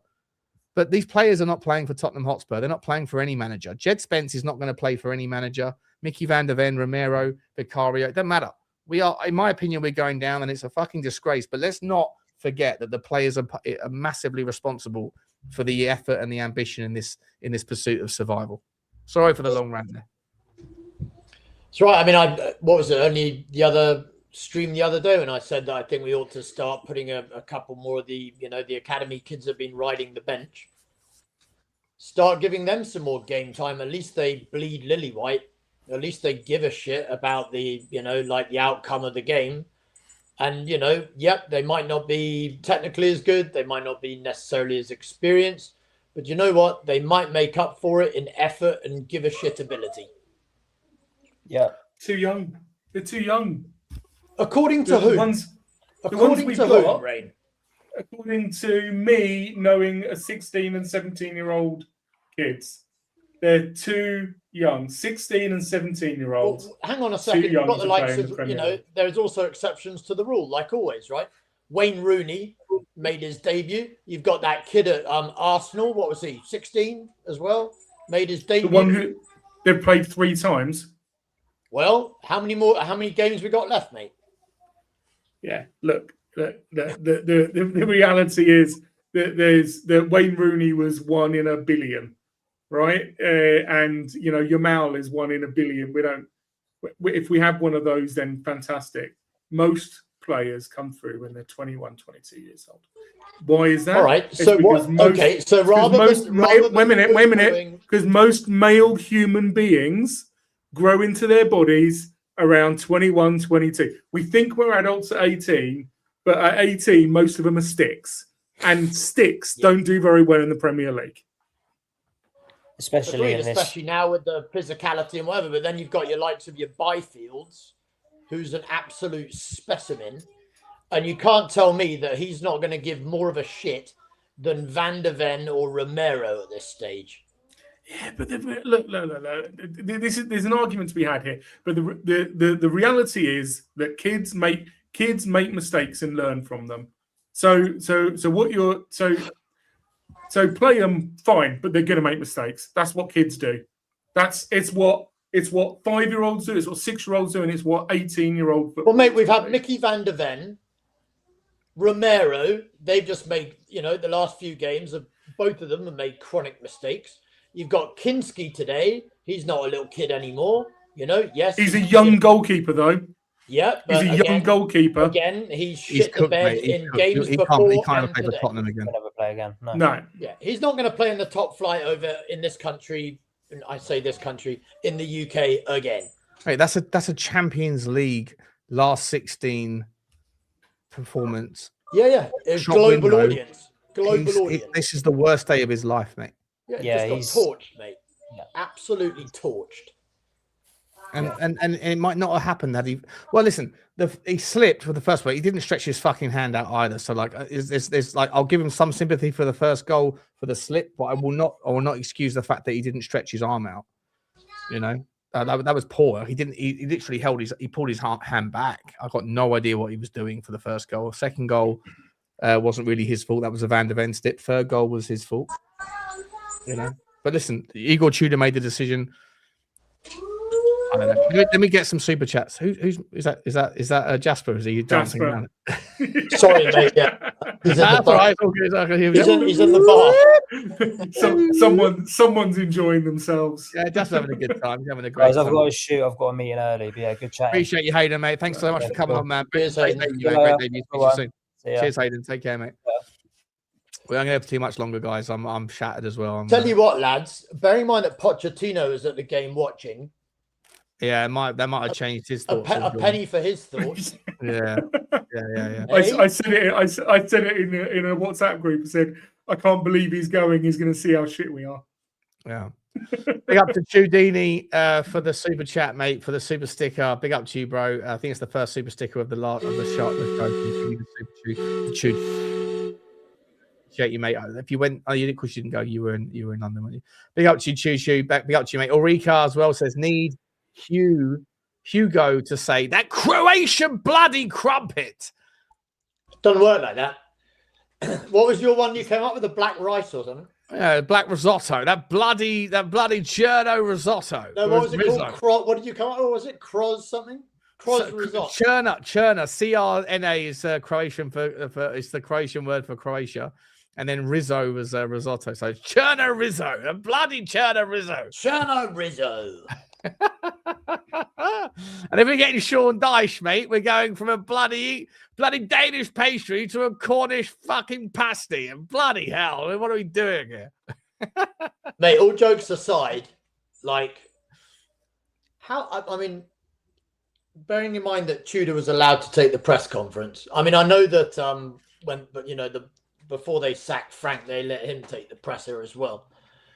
But I mean, how the hell does anyone look him in the face at, in training and actually take anything that he has to say, like, seriously? I just don't know. Like, especially after what he said in the press conference. If Thomas Frank was supposed to be the professor, right, who's more like, I'm not gonna have great relationships with people. I'm gonna sit there and try and profess and try to be someone who's like well thought through and tactical. And that didn't get the players on side. And then you go, okay, we're gonna roll the dice and bring in the next iteration. And the next iteration happens to be someone that's supposed to put fire a rocket up people's asses, and that hasn't gone down well. Like, if you are gonna sack him, I think it's like pointless. I'm not saying we shouldn't, because you might as well, because if we stake with this guy, we're gonna go down. So you might as well roll the dice one more time. But I don't know what other version of manager you can bring in. It's got to be like an arm around the shoulder type of guy who just comes in and tells everybody, tells all these players. Stel said it. I don't like agreeing with Stel, because I don't agree with his general stances.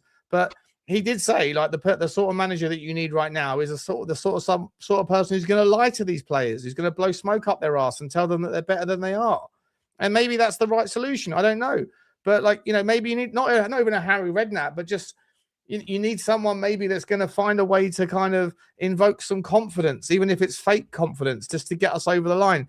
But either way, I don't think anything will matter right now. Let me just get these super chats done, because they've been building up and I haven't spoken to them. The Bear Nose, big up to you, mate, from Woking, says Henry Winters said he'll be gone in the next 24 hours. I mean, okay. What are we doing for the Liverpool game, though? The Liverpool game's only in 4 hours. Big up to you, mate. Appreciate you, Bear. And Ella Prentice, big up to you. La Prentice says 13th of March, Tottenham Hotspur host a Beyond the Pitch event in Austin, Texas. It will talk about how Spurs building the cultural powerhouse beyond football, just so you all know. The Apprentice, are you? I know, obviously, I can see you're in America. Are you in Austin? Are you at the South by Southwest or something? Whatever that festival is in Austin. If you're there, mate, I know the guy who's hosting it. I don't know him personally, but I mean, I know he's the kind of commercial guru guy. I forget his name, but yeah, if there's any Tottenham fans in Texas, for the love of God, get down there and ridicule them. Yeah, live stream, please. If there's 900 people watching, right? If there's anybody in Texas that's watching this right now, or anybody in America that can get to Texas, please, for the love of God, I will reimburse you. Buy a ticket to that event. I will reimburse you. Get on your phone with 5G, live stream it, and we will interrupt. And if you get arrested, I'll pay your bail. Okay, but like, just please, for the love of God, get in touch with me if you're in Texas and you can get to that event in Austin, Texas, because we have to live stream the ridiculousness of that entire scenario, that they're trying to represent that they are a cultural powerhouse when there is no culture apart from bad culture at our football club. L'Apprentice, if you're going to be there, mate, let me know. I appreciate you very much, mate. He's also come back in with another one saying, big up to you, Jasper. You've had a shower, haven't you, mate? I can see you've had a shower since we last saw you. There you go, mate. There you go. Enoch and the board already showed their hand and how they view our football club. They want to build a sports entertainment center and can the football. Yeah, look, I mean, it's not going to be tolerated any longer. There's going to be mass protests. I know that the guys from the from the Change for Tottenham are going to be loading up for the Forest game. Mate, L'Apprentice, if you're in America, mate, and you're local, please reach out to me, mate. I need to know someone. I'm going to reach out to the Houston or the. Is there an Austin Spurs fan? Maybe there is. There probably is. There's definitely a Dallas one and definitely a Houston one. So if there's an Austin one, please someone reach out to me on Twitter. We'll figure out a way to make this happen. South by Southwest is round the corner. Let's do it. Big up to you. It's only in 3 days, so someone please reach out. Ulrika, ratatata. Big up to you. She says, without the 3 appalling individual errors for the first 3 goals, does no one think we were competitive? I do. I think we were competitive. I do think we were competitive. I mean, and you have to give credit to some of the players. From Porro, I thought was very much up for the fight. He got an assist, didn't he? And he got the goal as well. So I'm going to give him his flowers. There is evidence of improvement. Yeah, but the circumstances are what they are, mate. So I'm not going to get into that. Yeah, but again, the game, by the time, you start to talk about, like, coming back into the game and whatever else, the game's done at that stage. Like, it doesn't work that way. No, yeah. Still actually, like, half of the time I listen to what he's saying, and I have to say I take it with a large pinch of salt. But in this particular instance, what he said about, and it's been most games this season, that once the game looks to be done and dusted is when the players looked at, take the handbrake off and look like they're able to, be unshackled and go play and to try and create and try and score.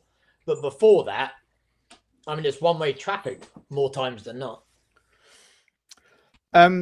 L'Apprentice, if you've got time on what day would it be? It'd be Friday. If you've got time on Friday, mate, if you've got a Friday off work, reach out to me, mate. If you want to drive down to Austin, or if you know anyone closer, let's do it, man. Let's do it. Let's see if we can live stream the event. Let's fucking do it. It'll be fucking 2 hours is down the road, isn't it? 2 hours is down the road to Americans, man.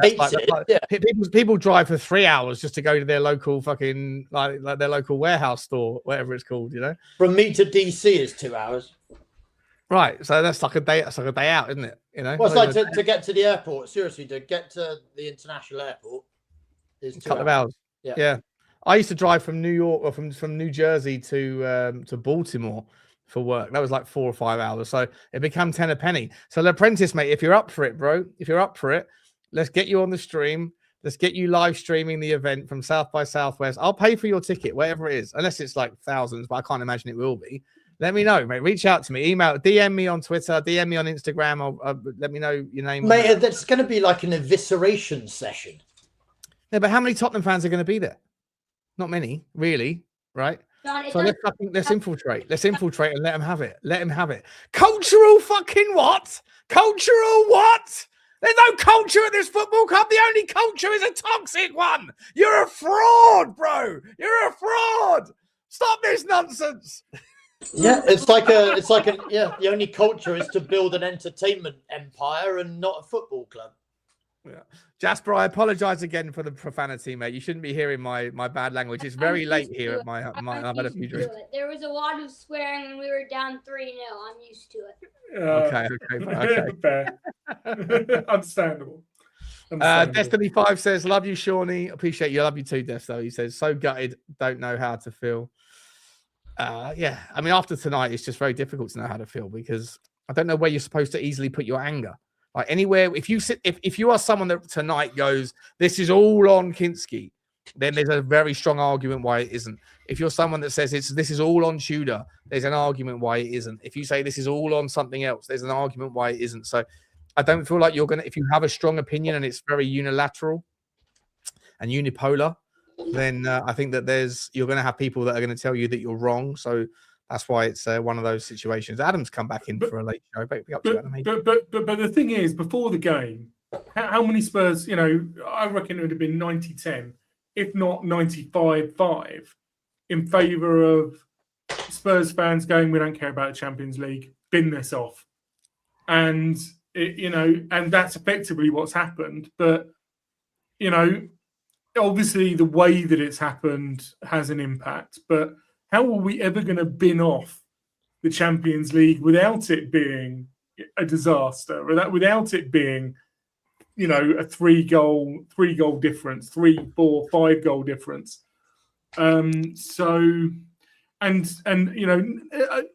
People in chat, nobody's expecting us to go and get anything from Liverpool. Everybody needs to calm. All of these players need to calm Frick down. They need to calm down. They need to play properly, and they need to concentrate on the one game that actually makes a freaking difference. Forest. Yeah. It's performances like tonight that eke away at the confidence even more. Yeah. We are rock bottom. I don't know. I've never been at rock bottom.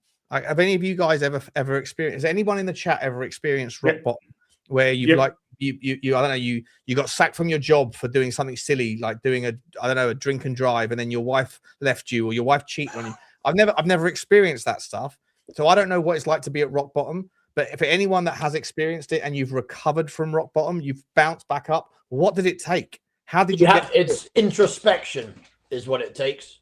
Introspection and the desire to fortify yourself. That was basically me and myself. Yeah, I think it's to turn it around. So I just want to say this. When I came in here earlier, I could hear Sean, I could hear Hugo, but I couldn't hear Rain and I couldn't hear Shaz. So I was sitting there and I was like, and I knew I couldn't turn my TV up so I could hear what they were saying. So I was like, what's going on? And then suddenly my phone cut out. So I don't know what happened there. But I'll just give you quickly my view on it. I think there's a lot of things being blown out of proportion here. I think if you look at if you go from the sort of 22-minute mark onwards, we won the game 2-1, right? Prior to that, we lost 4-0, yeah? Prior to that, we lost 4-0, right? There was slips on the pitch. I think there's that to take into consideration. You've got, and you know what? I know I said before the game, I thought that Kinsky, I think that's how you say his name. I thought that, like where I was saying, where it would allow Romero to sort of like be the person that could thread the ball through the midfield, and you've got obviously someone that someone that we all thought was good with his feet. I mean, like, wow, that come back to haunt me, didn't it? Like me saying that before the game. I mean, wow. We all thought the back. I didn't hate the back three tonight, though. It was just the first 15, 20 minutes was just, a shambles. But it wasn't because of this is the thing. Like, I want to be able to sit there and say, tonight was a shit show, and it was all because of this. But you can't, because there was a lot of... No, there's loads of that. There's loads of bad preparation or whatever.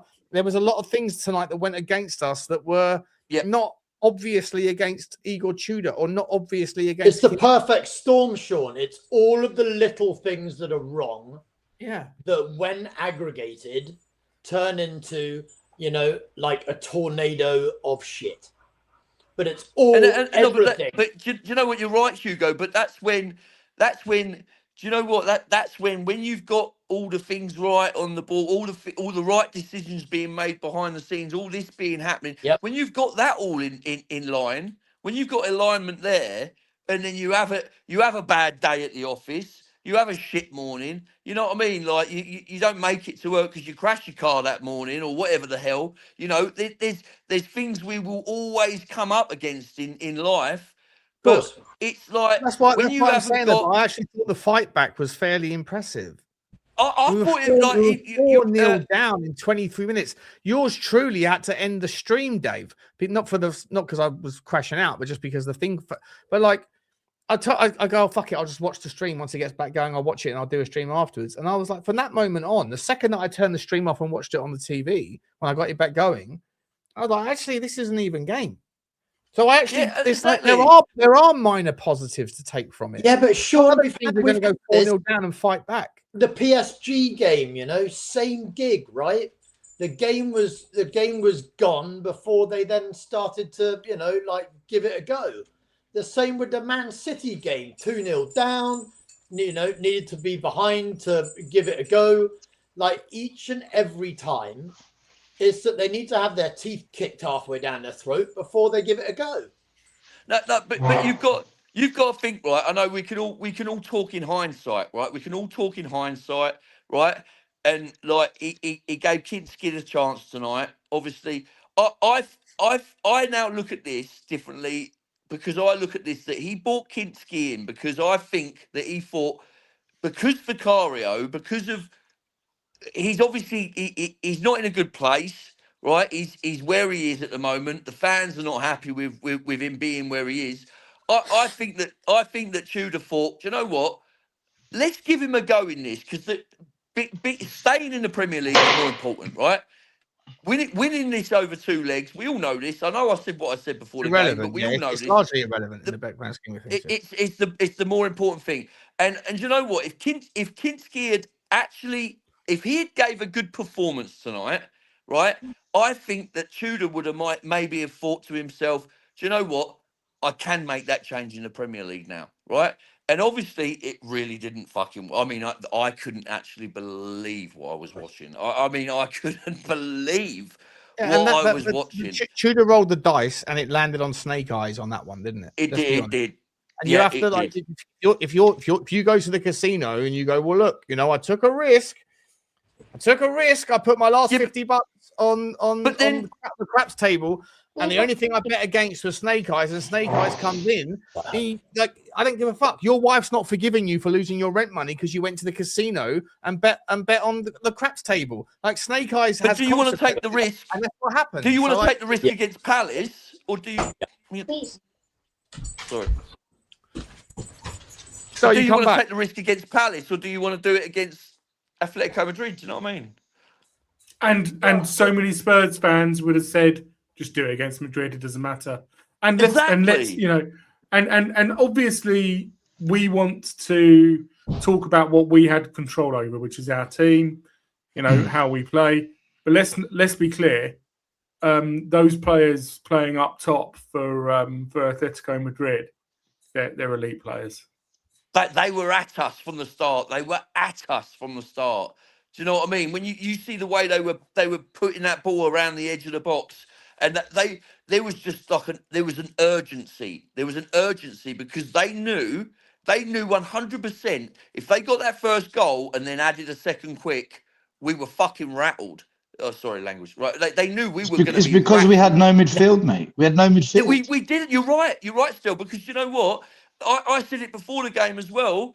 I said that I would have liked to have seen Polinia and like you said, Rain, Gallagher. I mean, he's just come from Atletico Madrid. Is there anyone else that knows what's going on in that midfield better than him? Adam, our best number 6, our best defensive mid was on the bench.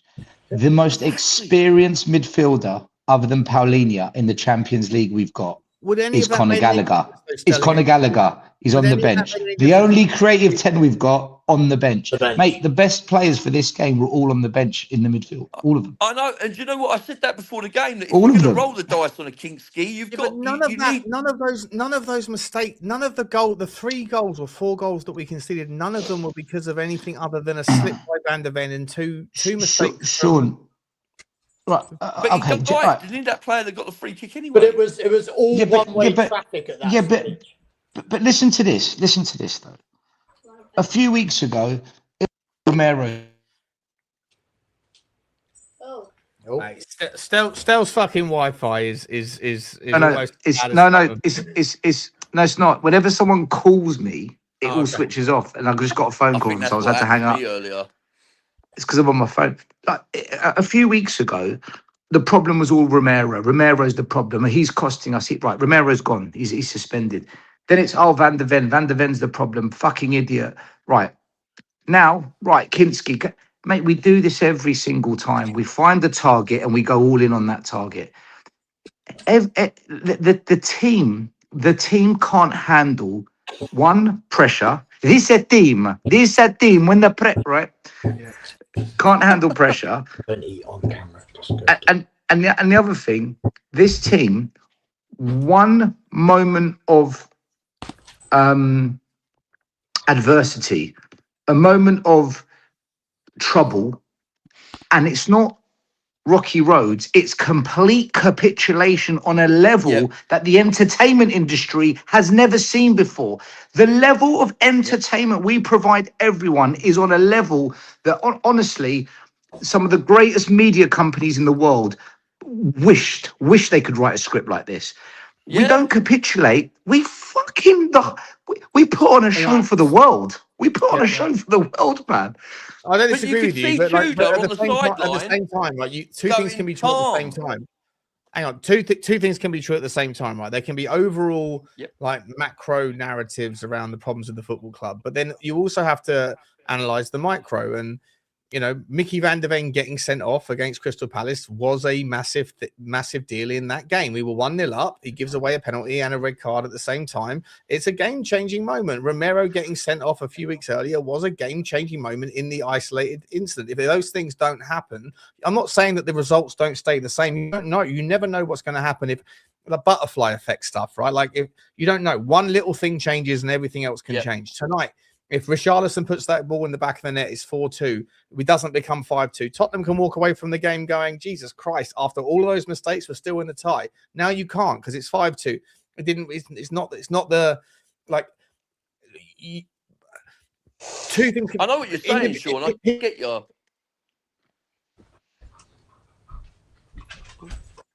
Oh, we've lost Sean. Oh, shit. Sorry. People can miss the minutia. Sorry, people can miss the bigger picture by focusing too much on the minutia. But people can also get a wrong impression of the bigger picture if they don't take into fact the context of the individual moments that do affect the game, that do affect those outcomes. Sean, I've done the rounds tonight. I've been around a few channels, right? The amount of people I'm hearing saying this is 25 years in the making, or this is the last how many years of Enoch, yet these same people said we would go to Atletico tonight and we can get something. I can't listen to this. I can't listen to people telling me Enoch are the problem, but I'm predicting we can get something at one of the hardest places to go to in European football when we are the worst form team in Europe. I can't listen to that. We're not the worst form team in Europe. Not in the Champions League, we're not. Rain, last night we did a show on the Spurs 5, right? And I said to the boys, forget how we've been in Europe, because if you deep it, we were shocking away against Monaco. We got away with it. We were shocking against Bodo. We should have lost. We were shocking away at PSG. We ended up losing that from a good position. Our away form in Europe has been diabolical, but we've got away with it. And I said to them, that was then. Now we are in such a deep rot.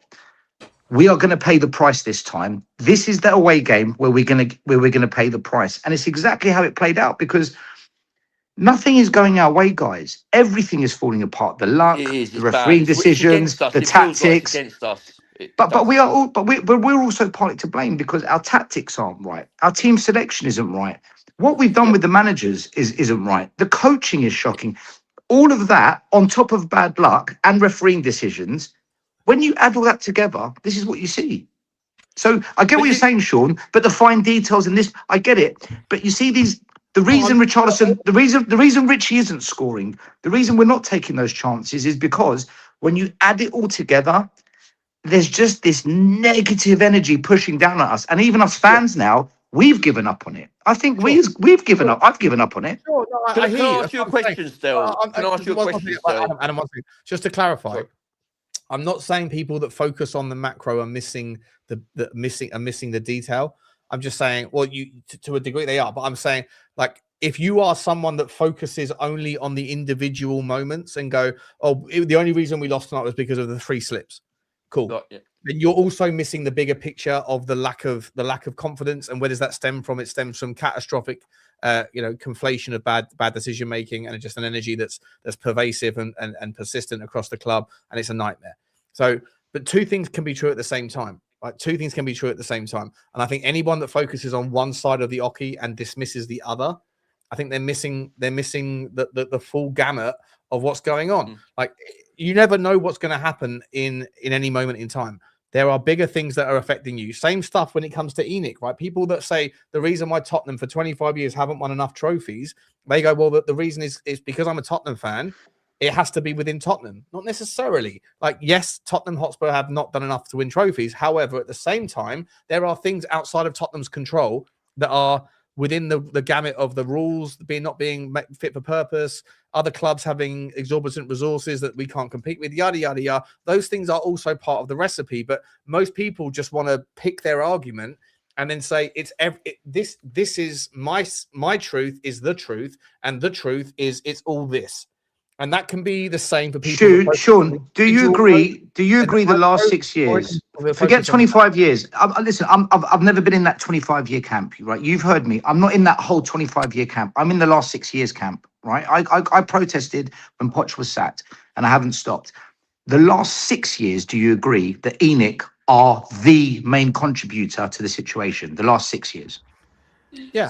I think okay, that's fair enough then. That's fair enough. The regression from an artificial high of the Champions League final and finishing 4th. I remember people. You said to me, Stel, that you were ENIC out after Poch got sacked, right? Yeah. Okay, we finished 4th the year that we got to the Champions League final.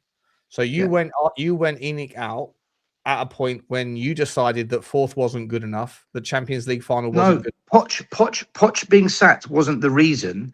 It was building up. That was the breaking point, because I could not accept we had built such a wonderful starting 11. We were so close to being great that they didn't back it in those last 18 months of Poch. So it was building, and then the sacking of Poch, that was my breaking point. So it wasn't just Poch being sacked. They needed to put their hands in their pockets then, didn't they? They needed to put their hands in their pockets. That was the moment. That was the moment, yeah. Finishing 4th that year, despite everyone thought that we had a shit season that season, but we finished 4th. I never thought it was shit. I thought it was a good season. Most people were thinking, oh, the Poch thing, the Champions League run is papering over the cracks. We actually finished the Champions League spot because they got used to things like what happened 3 years earlier, which were title pushes to some degree. 2017, and we finished second, we finished 3rd, etc. Right, finishing 4th suddenly wasn't good enough. Then we went 500 days without buying a new player. Forget about the context; it doesn't matter. Like, okay, the wheels are coming off. ENIC out. What does that mean? Right? In the grand scheme of things, it means 4th is no longer acceptable.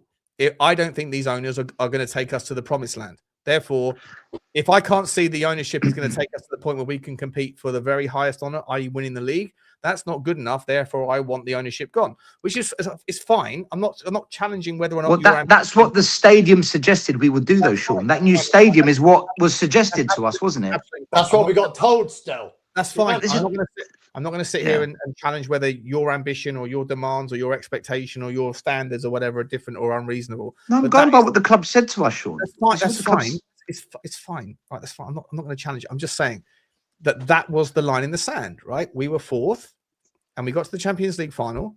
And then either you are someone like Lubo who reflects on 25 years of failure, or you're saying that still you are someone that's been just as much of an advocate of ENIC out for the last 6 years. You're saying that your breaking point was that particular point in time, which was 4th when we were finishing 4th, had finished 3rd, had finished 2nd in the previous couple of years. No, it was because the way you see you're doing it again. Wait, still. He's being a politician again. He's being a politician. Can I just cut across? Everybody always looks for a silver bullet. Everybody always wants the one thing that they can point to that is a particular problem. right? And that's what everybody always wants to. Whereas the reality is that in life, it's usually a whole mixture of things. But for me, what we continually lack is leadership on the pitch. And you see it today, it goes down, and we've seen it before, right? Where we've had Fraser Forster had a problem. Vicario's had similar problems to what Kinsky's had.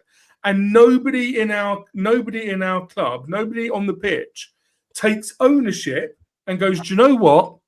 Maybe passing back to this guy is not the right thing right now. Maybe this is not the right environment to actually be doing what we're doing, right? I know that you two want to talk about what happened like 5-6 years ago, but right here, right now, why is it that our players didn't look at what happened today and forget after the first one, after the second one, didn't go, do you know what? We need to take the pressure off this guy. We need to push up. We need to get the ball away from our goal. Do you think that these players in this day and age are not completely aware? You see them when they're on the buses. You see them on the coaches. You see them when they're on their flights going somewhere. Their phone's out. They're just like everybody else, right? They doom scroll. I'm sure they get 1,000 DMs a day from some gorgeous bird says, I'm that DTF, right? All this stuff. They're on Instagram. They're on Twitter. They're reading everything. I don't know if they watch YouTube. They might not have the attention span, but they for sure as hell are interested in the zeitgeist. And the zeitgeist within the Tottenham fan base is saying, for the most part at the moment, it's the owners and the owners only. And that's a fine. I'm not even going to spend any second trying to make out that's not the right thing to do. Do what you want. I don't care. I've never cared what anyone thinks. You shouldn't care what my opinion is. I shouldn't care what yours is. It is what it is. But the players, for me, I think are getting an absolute free run, because right now, when they go on Instagram, when they go on Twitter, the social zeitgeist is throwing all of the weight of responsibility and accountability towards the ownership, which is fine. But I don't think the players should get a free pass. These guys, how's about we coach them properly, Sean? Name me one player that is going to leave here if we get relegated. Name me one player that is going to demand to be sold and that is going to go to a worse team traditionally than Tottenham Hotspur. Name me one. Sean, how's about we coach them properly as well? How's about we bring in someone that can actually coach people and develop and put together systems? This is it. This is a 360 argument, right? It's not one thing. It's everything. But yeah. There's so much in it. I agree, Sean. I agree with that. I agree. Right. The players need to be coached. There needs to be PR, better PR. The ownership needs to step up, stand up. The fans need to be a little bit cognizant of context.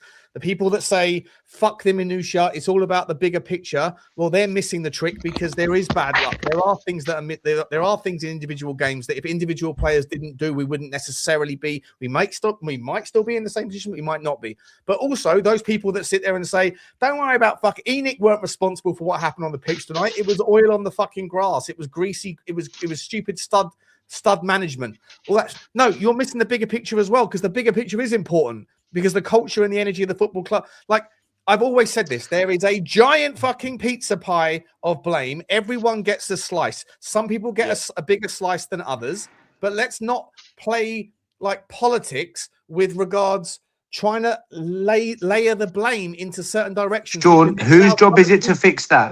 Whose job is it to fix that? Whose job is it to fix that? I don't know. Can I chime in on that one? It's the owner. It's the owner. It's the owner. Everyone. It's the ownership. It's the ownership. Yeah, but exactly. Can I chime in on that one? Because you know what? Right. Do you know what?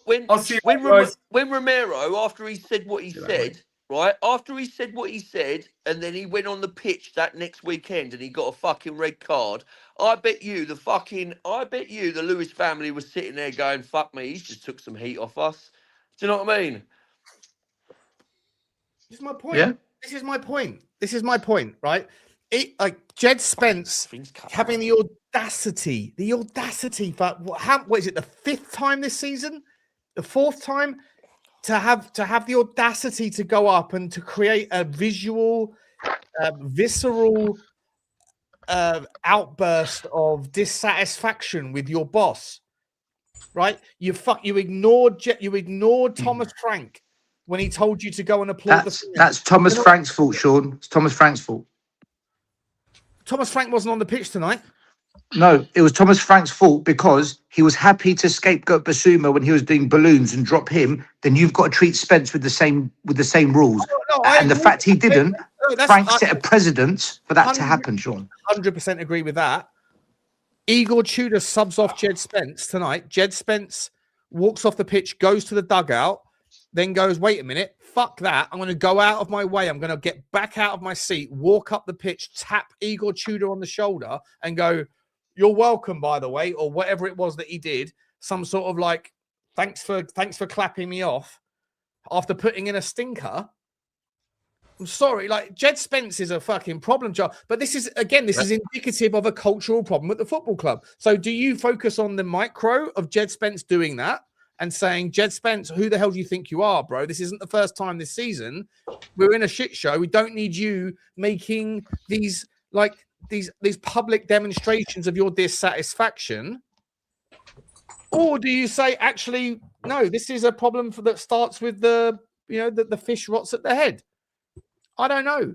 I don't know what the solution is, but like these are talking points that have to be chewed through, because for me, there is a wildly disrespectful relationship at this football club between certain players and the football and the general way that you conduct yourself in the course of your activity. I think Jed Spence has proven to be a fucking idiot, a dickhead of epic proportions several times. Yeah, but I mean, who's setting the example of that though? Because if you think about it, where we've listened to all these, like, do you remember, like Vinay come in, right? I remember Sean when he first came in and you were on here and you were like, man, he's actually communicating with us. And then it was the same with Frank, right? And you're right, they were. For once they were doing it. But then do you know what? 3 months down the road, we know they're gaslighting the fuck out of us. Right? Oh, sorry. I'm sorry. Your boy. No, It's all right. Jasper's okay. We've established. Sorry, Jasper's. mate, sorry. But they were, because they were saying one thing, doing another, and then suddenly you're like, and I feel like there's such an overlap, right? There's such an overlap that is unbelievable. I feel like that people are not realising that you've got. Like, look at the scenario. What was it last month with the assistant manager coming in, and then you sack the manager a couple of weeks later? And then you've got parrot teach. All the overlaps. We need to clean house. We need to. But clean the other problem you've got. Delegation. The other problem. No. Delegation. I'm telling you, go down. it's coming down. Every time. Burn it. No, that doesn't work, mate. It does, 100%. Every single time one of the players does something, like stupid and toxic and whatever else, in theory, yes, you'd want to like caution them, and you'd also want to, to like fine them and to sit them, right? The problem is, because we're decimated by injuries, you can't sit them, right? So they just carry on. So they just get away with it. You can find them. Find them wages. Excuse. Publicly expose them. But at the end of the day, right? Can I say this to you, Hugo? Right? Just for example, you got your boy in here, right? And I love that, right? Yeah. And you know what, my boy, you want to try and set the standard and you set the example, right? So if the ownership and the board there is this absolute shit show. Like we're saying, the people underneath, the players now, they like other clubs, that would never happen. They wouldn't get away with that. But you know what? They're looking at it and they're like, well, if the person that's supposed to be setting the example for me and supposed to be the person that's like this hierarchy of like this, that, and the other, if they're saying all this stuff and they're not backing it up, when Romero did come out and say all that stuff, do you know what? I was on the fence with that. I heard what Sean was saying, and he's right. He's about to say Sean was right, and everything that Sean said was absolutely spot on the fucking money. Yeah. And I'll finish the sentence for him. The God saved us. The God saved us. I was right, and everything I did say was spot on the fucking money. But my thing is, right, that it's not like Romero's going to step up as club captain and tell those players they've done wrong, because then he'd be, because he's the guy that set the fucking standard. He set the precedent. Sets the tone. He sets the tone. So if he's the one that is already setting the wrong But too many people, Hugo, all too many people in the fan base have already made their mind up. And this guy down here, Stel, is one of them. And I respect Stel because he's always stood to his guns. He's always stood to his guns. I respect his take. I don't agree with it necessarily. But there's a lot of people that sit there and say, I will condone bad behavior because the ends justifies the means. Right, the ends justifies the means, which is when Romero's calling out the ownership. I agree that the ownership need to be called out. Therefore, fuck the consequences of the captain of the football club setting a horrendous precedent. Screw that. That's fine. I don't care if that means that Jed Spence acts with whatever it takes. Whatever it takes. Well, exactly. That's fine. So you're on board with that. Right, but the collateral damage of that still is the sort of shit that you see week in, week out in the minutiae. No, it's not. The manager can control that. The manager can control that. Giant level of disrespect where the manager doesn't have the ability. It wouldn't happen under Sir Alex Ferguson, would it? Why? It wouldn't have because Alex Ferguson wouldn't have put up with it. But Alex Ferguson it's the manager. It's the manager, Sean.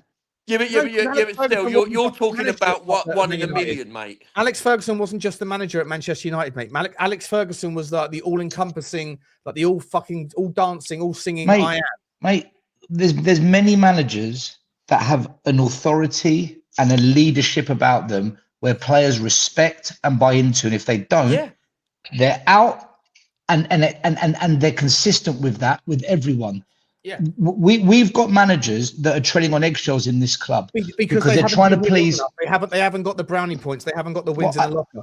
So Alex Ferguson wouldn't have done what he did after. Well, hold on, Ange got a win in his locker. Didn't work. I just think our managers tread on eggshells because Ange never chastised anybody either. I'm saying when Sir Alex, because he had the respect of the players, Sean. He had the respect of the players. When Alex did he? I'm not sure. When he did, of course he did. If you had the respect of the players. The respect of the players wouldn't require the players to turn around and say, "Mate, your defense is fucking shocking." Exactly. Mate, you think anyone did that with Fergie? No. This is a con. No, this is a con. 1 minute. Hold on. This is a con. No, this is a con. You don't go up to someone and speak to them and have that conversation unless you feel comfortable to do it. They approached him. They respected his personality, but they didn't respect his tactics. Sean, the best managers listen to their players. I'll do me a favor. The best managers. Maldini, hold on. Maldini, Baresi and co. They spoke to Ancelotti about games where they said, "This isn't working. Can we try this?" And Ancelotti listened. Now, people that say, "Oh, the players won the competition," is nonsense. The first leg against Frankfurt and the first leg against Bodo, the quarter and the semi, we were on the front foot. We were playing Ange ball. The only time we went to a more pragmatic approach was the 2 away legs. So there was a compromise. A compromise was made. That's good management, no? No, hang on. I'm not sitting here saying that Ange Postecoglou didn't have anything to do with us winning the title. I never said that. All I'm saying is that the players, if the players they might respect Ange, they might have respected the personality, they might have liked the personality because he's a very convivial person. But at the end of the day, they didn't respect his tactics to the point where they said this isn't working. And when not only did Ange say, "Okay, we'll compromise," but Ange also said, "Romero, give me the signal when to change." In the semi-final away leg and the quarter-final leg and in the final, there is video evidence of Romero pointing to the bench. Sean, we're having 2 different arguments here. Hold on, we're having 2 different arguments here. You're talking about the players respecting the tactics. I'm talking about overall respect. I think the players overall, they bought into Ange as a person. Yeah, sure. I don't think right. That's the point I was trying to make. Maybe respect was the wrong word. I don't think Nuno, Frank, Tudor, Stellini, Mason. I don't think these players ever had that buy-in with the players. They haven't got the gravitas. No, they didn't with Frank because they knew we were going to lose. They haven't got personality. And they haven't got the wins in the locker under a Tottenham belt. Right, and that's what I was trying to say. That's what I was trying to say. Do you think if Alex Ferguson was in his first, second, or third season at Manchester United when he was about to get sacked, when he hadn't done anything, do you think if he turned around, I don't know the situation of what their squad was like at the time, but if there was a superstar at their football club akin to David Beckham or akin to Cristiano Ronaldo, something like that, I don't know who was in their squad at that time, but do you think if Alex Ferguson turned around at the time and said to the owners of Manchester United, sell that guy immediately, I don't like what he's becoming in our dressing room, they would have listened to him? Of course, I'll save you the trouble of answering. The answer is of course not. It takes a time to build a reputation. But yet, Sean, hold on. But those clubs. Ferguson. Do you say Alex Ferguson wouldn't have that authority at the beginning of his career?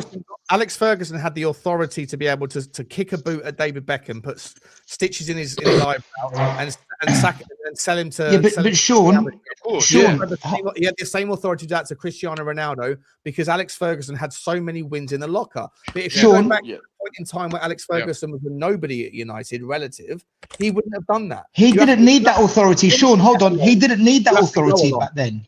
He didn't need the authority because at the beginning of his career, he had the backing of the board. They stuck with him. They stuck with Sir Alex Ferguson. So if you're not going to have that authority, then you definitely need the owners to be on your side. Sure. Our owners are never on our manager's side. Sure. For the last 6 years, what's the longest serving manager since Poch? Is it 12 months? Ange.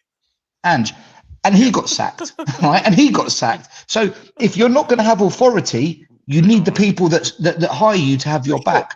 We have neither. The game has changed. If Alex Ferguson joined Manchester we have neither. Today, if Alex Ferguson joined Manchester United today and he had the same first 3 years that he had in his tenure, he wouldn't have been the legend that he was. The game has changed because the internet has arrived. Social zeitgeist has become a thing.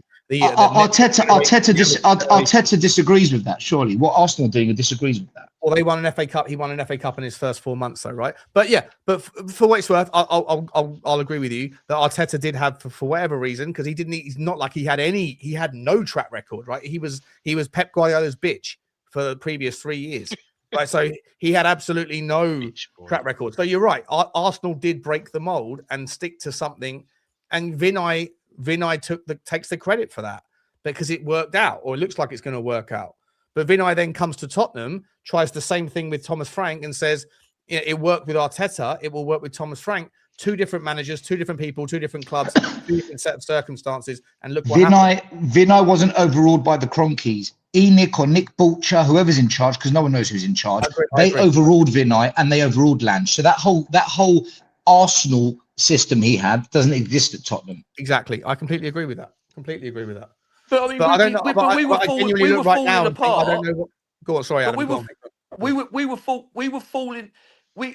I was watching a podcast the other day. They're talking about it, and you know what? We were. It was Ricky Sachs when he was actually on Sky Sports. I was watching him the other day, and you know what? He as he said, the wheels were falling off months before the decision was made to sack him, and they were still bringing in more backroom staff. They were still bringing more. They were still trying to cater to his needs, thinking that there was going to be some sort of change. And you're creating such a mess in the back room. I mean, these players, you got to think about it with the players as well. That they're having all these different people coming in and out of the club. It's like and look at the systems that we're going from. We're going from a Poch high press to a fucking sorry, I'm swearing. To a Mourinho Conte defensive, and then you've gone from gung ho football to then to frack. I mean, what are we doing? Like, I know for a fact. I know what dare is to do is. Dare is to do. That is our motto, man. That is our club. That is our dare is to do. It's flary football, man. And it's signing players that have that flair. And you know what?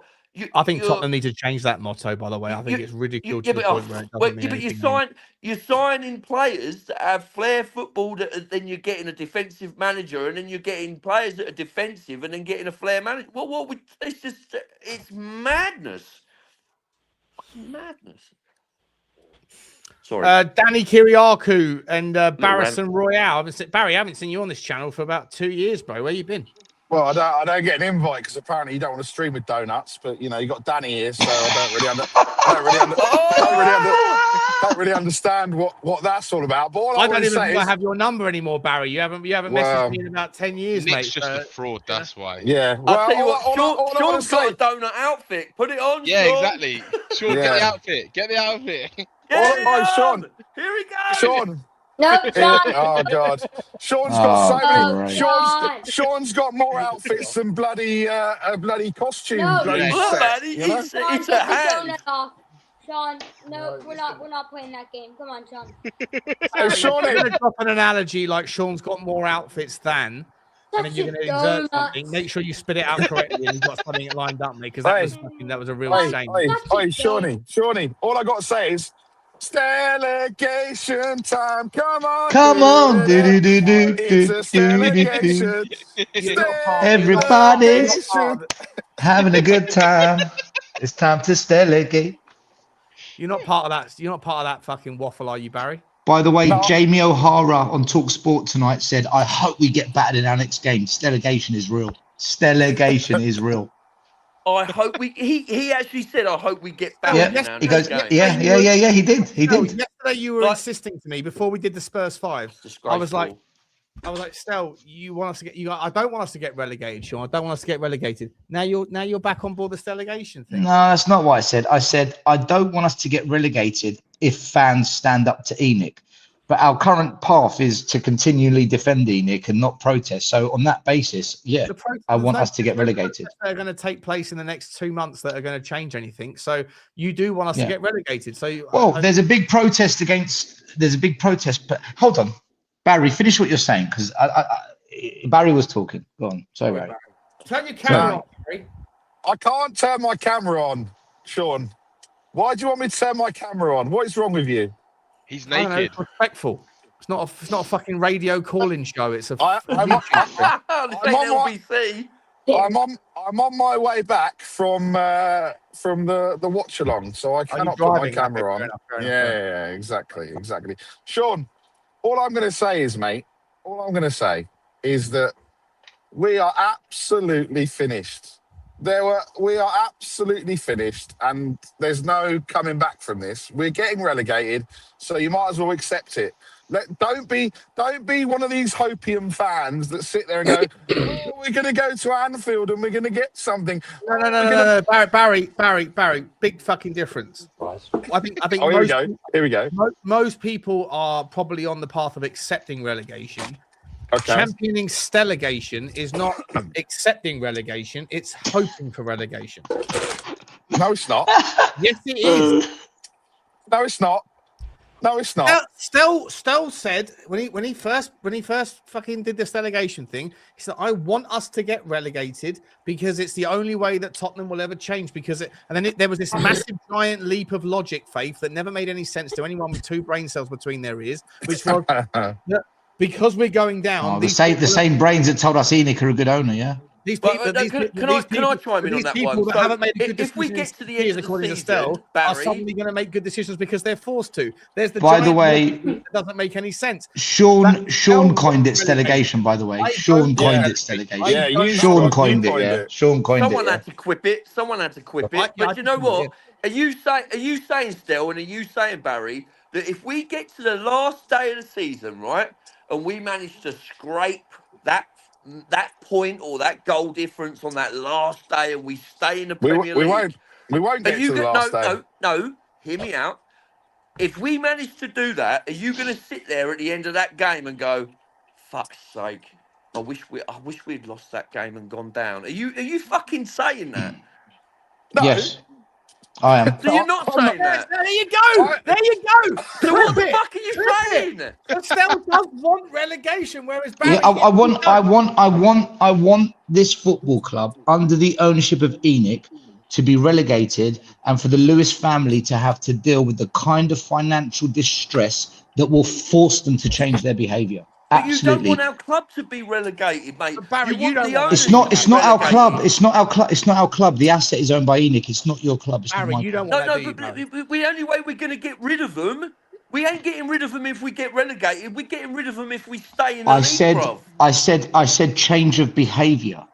Which isn't going to happen either. No, Yes, it is. Do you know what? I Yes, it is. actually do get what you're saying. That's the logic. See, he gets what I'm saying. You see, No, he's there. I get what you're saying. That it would force Adam, I've got to take this. I've got to take this chance for a second. Sorry, I'm so sorry, guys. I know I'm talking too much. No, Adam agrees with me, and then you get upset. No, fuck off. I'm not agreeing with you. Wait a minute. You just said, I get what Stel's saying. I know what you're saying in the sense. I know what you're saying in the sense of that it will force their hand. It won't force their hand to anything. It won't. Let Adam finish. Do you not think though? Do you not think that say that we stay in the Premier League by a point or a goal difference or whatever? Do you not think that's going to force their hand to change something? Not a chance. Let me land my plane. I do believe that they're gonna turn around and go, oh, we'll get Poch in, that'll please them. I do believe they will do that if we stay up. I do believe they will do that because they're scum, right? I know what they're gonna do. They will do that, right? But do you know what? If it goes the other way, I can't even think of how, like what I was saying before the game about this Champions League match. Me growing up and watching Ajax and Juve being the big teams in the Champions League and that, and thinking, oh man, I would love my team to be playing in the Champions League. We've had a big taste of that, right? How long is it going to be until we get back in that Champions League or back into Europe or anything like that? It's going to be a minute, right? Is that your ambition though? Is that your ambition? It is what my ambition. Just for us to be in Europe? Is that your ambition for us to be in Europe? Is that ambition it? is no. My ambition is how Stel operates. Adam, sorry. I got to jump in. Sean can't handle it. He can't handle it. No. I got to call it. Adam. No. You're fairly new to streaming. Okay? This is what Stel does. This is what Stel does. I know what he does. What Stel does? What Stel does? They'll make a narrative. It sounds great. This is jokes. A couple of talking points, a couple of gimmicks, a couple of little gotchas, whatever. That will then kind of make gimmicks and gotchas. Hang on, there's some logic here. This guy. Because continuing on the same train we're on isn't going to change anything. Therefore, someone's got a plan B. What does that plan B look like? Well, it looks like, and here's the assumption, that the people that I have had absolutely zero faith in their decision making and criticized inherently for the last 6 years, all of a sudden, because they're forced to, they're going to start. That's not true. That's not true. Magicians, even though they have less resources to work with, even though they still have their same absolute ridiculous, absent without leave ability to make good decisions. All of those things go out of the window. Magic fairy dust appears, and they start becoming competent. Stel's idea.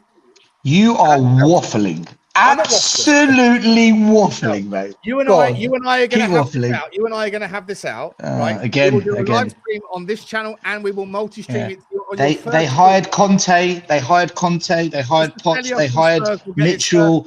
They've signed some decent players. This ownership has shown they can make good decisions. The problem is they don't stick with their good decisions and they sabotage them because they can always get away with it. The logic train that relegation. They can always get, because they won't have the protection of the Premier League financial umbrella to pull themselves out of it. Do you accept that that's a huge assumption? The reason we waste 65 million on Richalison is because we know we can get away with it. In the Championship, you can't get away with those decisions. You can't hide from that shit. There's a difference. That doesn't mean we're going to make better decisions. But Sean, we've made good decisions. We signed Van de Ven. We've signed. Criticised our owners for the last 6 years. Don't start giving them credit. No. Sean, hold on. I've criticised them for non-stop. For every time. Yeah, because Sean, I never wanted them to sack Poch. I never wanted them to sack Mourinho before a cup final. I wanted them to stick with Conte. I didn't want Ange to be sacked in the end after I flip-flopped. And they didn't. And they sacked him. So because they know, Sean, because they know they can get away with it. They can't get away with it in the Championship. The vast majority of the decisions that they have made, you've disagreed with. You're now giving them credit in order to. No, I disagreed with them not sticking with a plan or a process. And in the Championship, they won't be able to get away with that. As long as I have known you, you've never given them credit for anything. Only when the idea of your new delegation. Rubbish, Sean. You heard me say no. You're lying. You, Sean. You heard me say. You heard me say. You heard me say. Well done to Levy for not sacking Ange.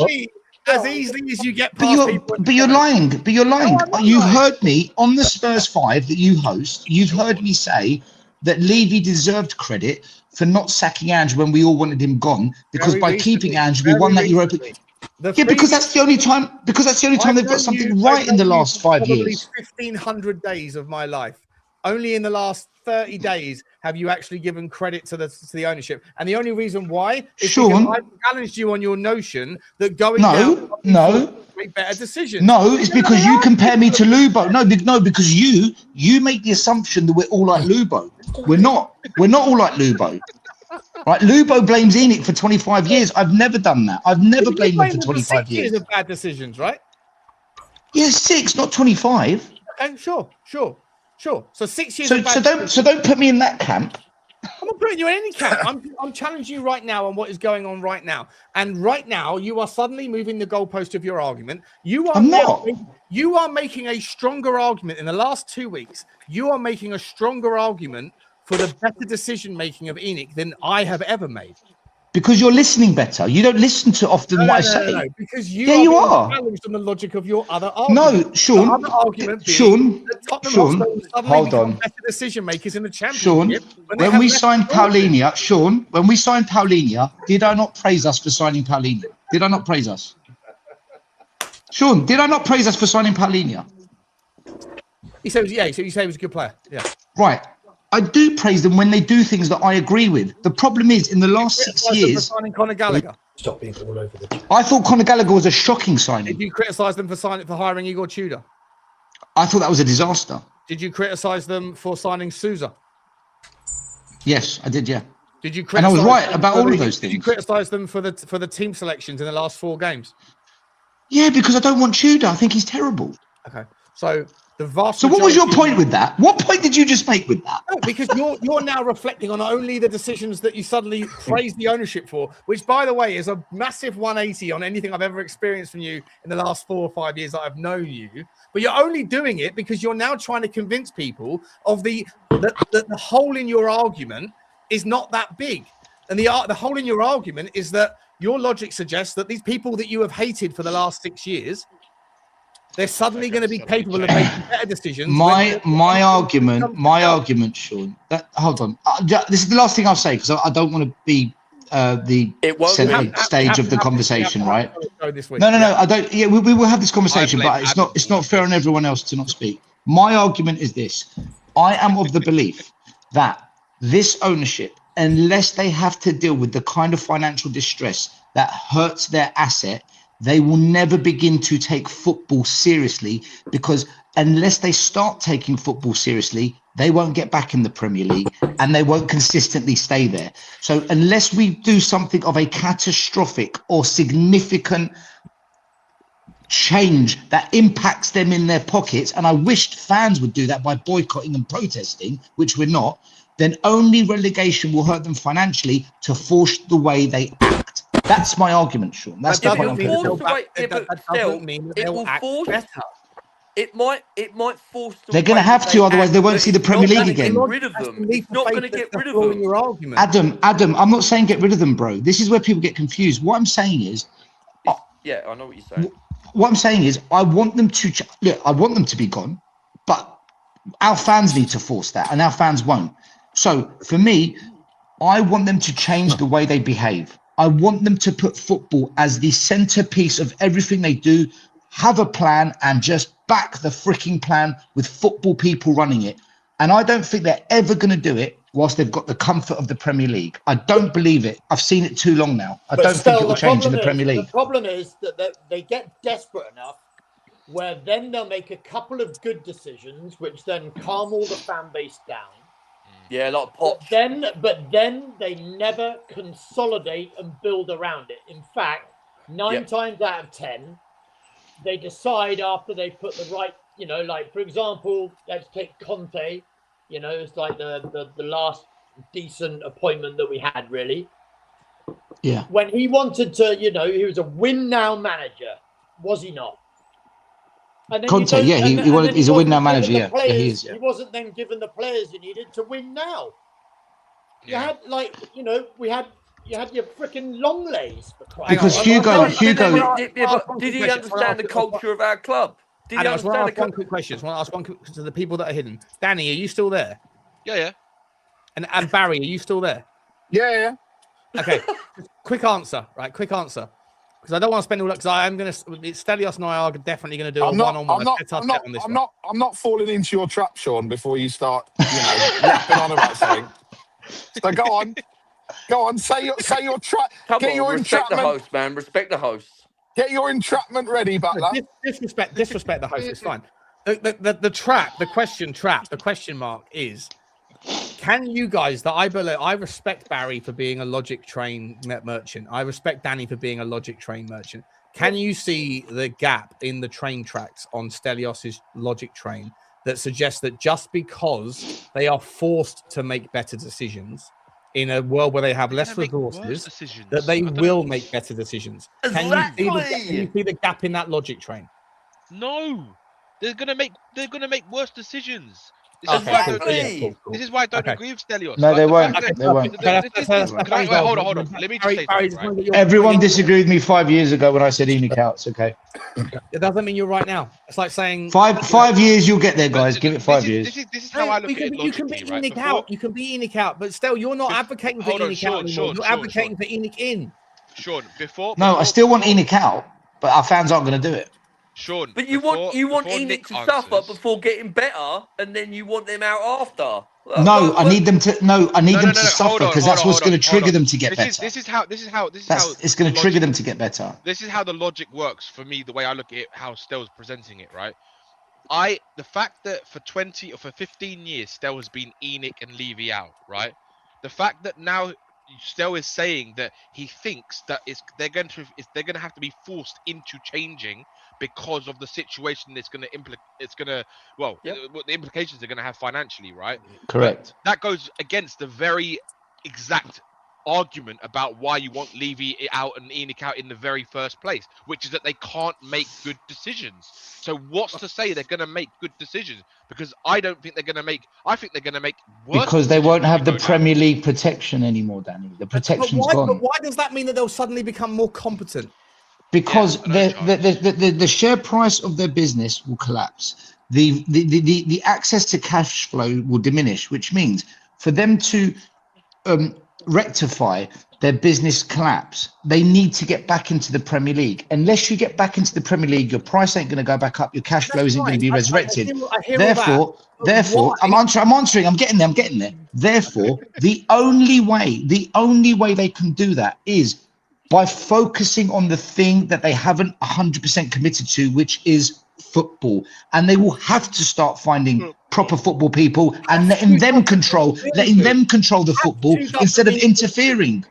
They will stop interfering, Sean. If I am backed into a corner by four raging lions, and the only way that I'm going to come out of it alive is that if I have to find a giant sword to be able to stab the lions in the chest.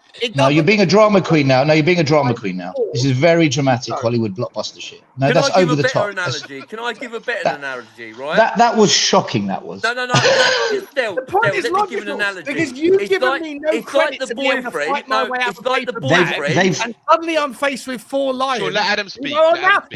Now he's facing life and death. They've shown, Sean, they've shown that they can hire good managers. They've shown that they can hire good scouts. They've shown that they can hire good players. They've shown they can do it. What they haven't shown is a commitment to the cause, because financially they always get away with it. All right, let me ask this final question. In a scenario where your ridiculous logic train actually plays out. It's not ridiculous. Right? It's not ridiculous. Okay, well, I'm going to carry on using the analogy you don't want. In a scenario where your ridiculous, absolutely ridiculously bad logic train plays out, where all of a sudden the people that you've hated for the last 6 years or longer suddenly become unbelievably brilliant and get every decision right, and they get us back into the Premier League, whether it takes 1 year or 2 years. if they're suddenly competent, if they've suddenly managed to like figure it out, then when we get back into the Premier League, do you suddenly become Enoch in? Only if they continue it. It's true. Otherwise, they're going to get relegated again. We'll be back. We'll be back down again. Enoch out, or would you rather relegation? Relegation. Enoch out. Enoch out. Enoch You out. know what? Always. Can I throw out a different? I would rather Enoch out than relegation. A different all day long, analogy, Sean. right? Always Can I Enoch throw out. out a different analogy? It's like the boyfriend or the husband that neglects his wife, and then suddenly they split up, and suddenly he turns up with reduced shop-bought flowers, and fucking suddenly promises his missus that he's going to cook dinner. She moves back in, and he turns up with beans on toast, bruv. No, because you're assuming that he can't get another bird. Fuck the other bird. He wants that bird.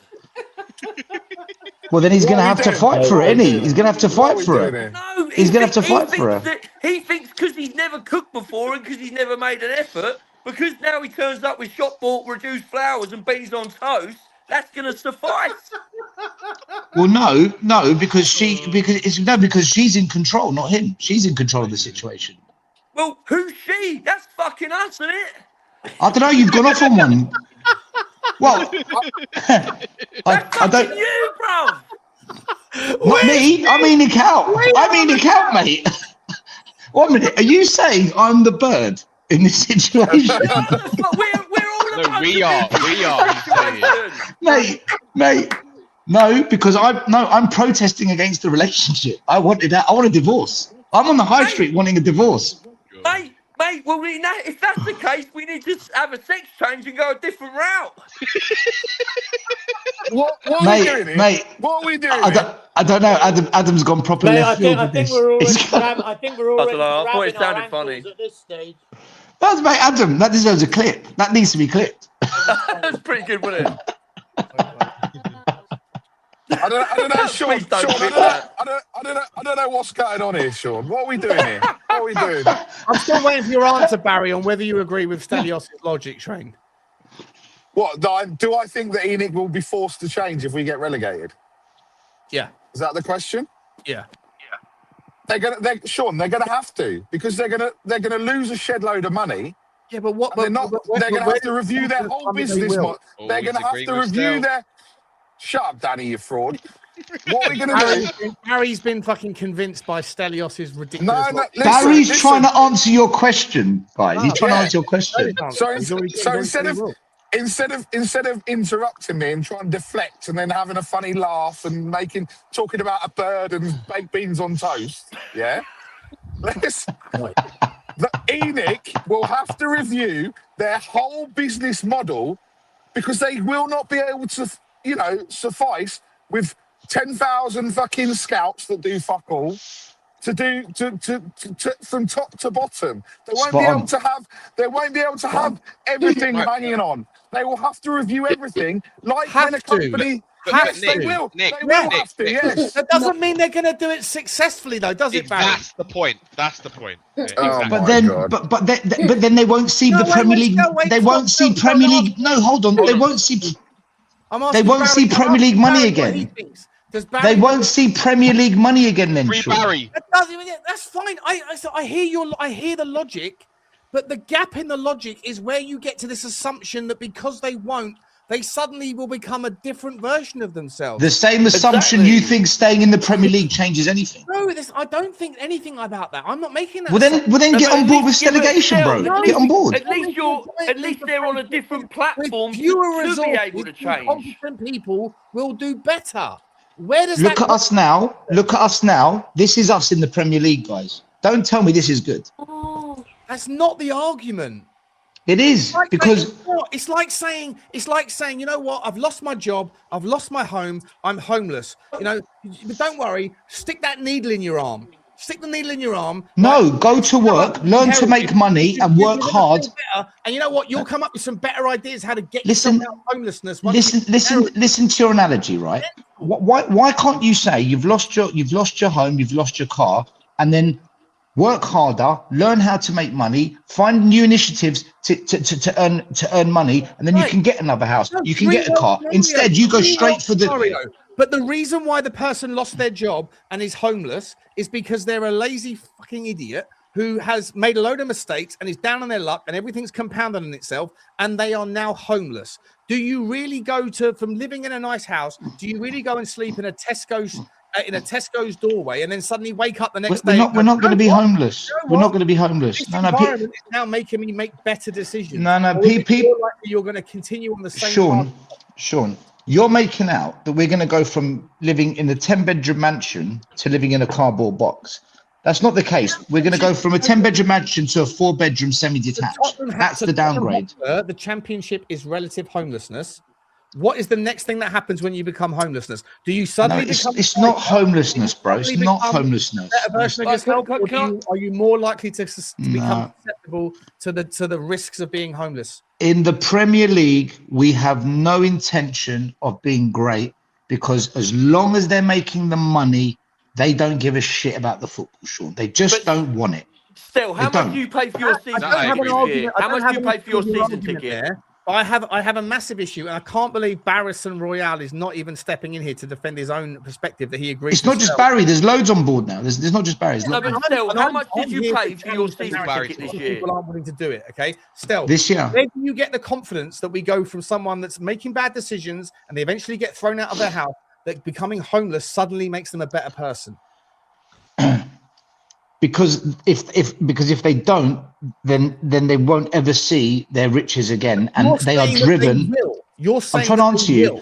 Because they are driven by making money, and they will find the route to get that money back because that's what they do. That's what their entire history is. Not just Spurs, all their assets. Every decision they make is driven by making money. So if they go down, if you want the football money again, you're going to have to find that route. They're going to have to. Can you name me 5 examples of teams that went through the situation that you're suggesting that didn't end up becoming a junkie versus becoming a billionaire again after the fact? No. Every club that you can tell me that went down that came back stronger, I can name 10 that never came back. But there's no club like Tottenham Hotspur, bro. There's no club like us. We're unique. United were like Tottenham. No, they're not. They were. No, they're not. They were never a business animal. They were never. No, they were funding their players through debt. It's a difference, but they were a big club that went down, and they didn't come back. No, but that's what I'm saying. I was trying to say in terms of financially, Sean. Sean. They're different environment. Different environment financially. The financial. No club ever in the top 10 rich list has gone down. No club. Leeds were never that club. True. We are. We are that club. We're different. We're so different. We're an animal out of control. Yeah, but you know what, still? The reason that we are, the reason that we are is Daniel Levy. Yeah. And the reason we're in this mess, is because of Daniel Levy as well. The reason that we are that big club with the financial thing is because of what Daniel Levy built up. Adam, we were a big club before Daniel Levy. No, we weren't. We've always been. Still, my great uncle, look his name up, Ralph Whittam, right? My great uncle, Ralph Whittam. What was that surname? He played for Tottenham Hotspurs. Right? Oh, amazing! It's amazing. Like, no, I've got the history of my whole family. I believe you. Yeah. Like, they're all look him up. He played for West Brom as well, and he played for Brighton, right? He played for Tottenham Hotspurs. That's my own family, right? And at the end of the day, where we're at now. But what I want to ask you is, how much do you pay for your season ticket this year? 1,050, I think. £50. 1,050. So next season, if we get relegated, and that same ticket is gone up to £1,200, are you going to turn around and say, "Well, fuck me, at least I get an extra free home game"? First of all, I'm not renewing my season ticket. I'm done with it. Secondly, if I was to renew it, they're not going to put the prices up next year. So wait there. That's a great point. So you've just said you're not going to renew it, but you support the fact of us getting relegated, but you're not going to support the fact of continuing your season ticket, even though you know that's the right path. You're not going to follow through on supporting that. Oh, I wasn't sure I didn't know where you were going with this. I quite like that one. Because I refuse. Because the reason I want us to go down is to impose financial distress on ENIC. So why am I going to help them with their financial distress? But you Because helped them someone for the else last will buy 5 your years. ticket, bruv. But why am I going to help them with financial distress? You helped them for the last 5 years, though. And if we go down, it's because I want them to incur financial distress. So why am I going to help them during that period of financial distress when I don't want them to have money? There's the flip side of that. There's the flip No, Adam, side of answer that. No, argument. Adam, answer my question now. Why am I going to help fund them when I don't want them to have money? Hence relegation. So if okay, Stel, well let me return on that one, right? Do you know what? Yeah. Then if every other fucking person that supported this club all had that same attitude and no one fucking bought a ticket and no one turned up, then we go into administration and we fucking disappear off the face of the planet, bruv. If that's not my problem. No, listen. Let's be entirely. Hold on a minute. I'm not here to keep them solvent, bro. Hold on a minute, Adam. I'm not here to keep them solvent. It's not my job to keep them solvent. It's not. But Still, I've got to be honest. We are going to treat this over on a one-on-one, right? But I do have to. Can I just say, Still, I don't. Just so you know, I don't not think that you passionately love this club, mate, because I know you do. I know. I want the best for Tottenham, and I don't think ENIC are going to do it. And I don't think our fans are going to do it either. But they're two different things.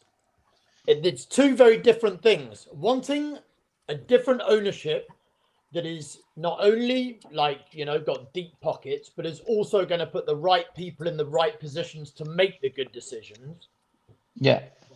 It's very different to wanting different owners instead of the idiots that we've got in place now, to wanting the club to go through relegation and everything that goes with it.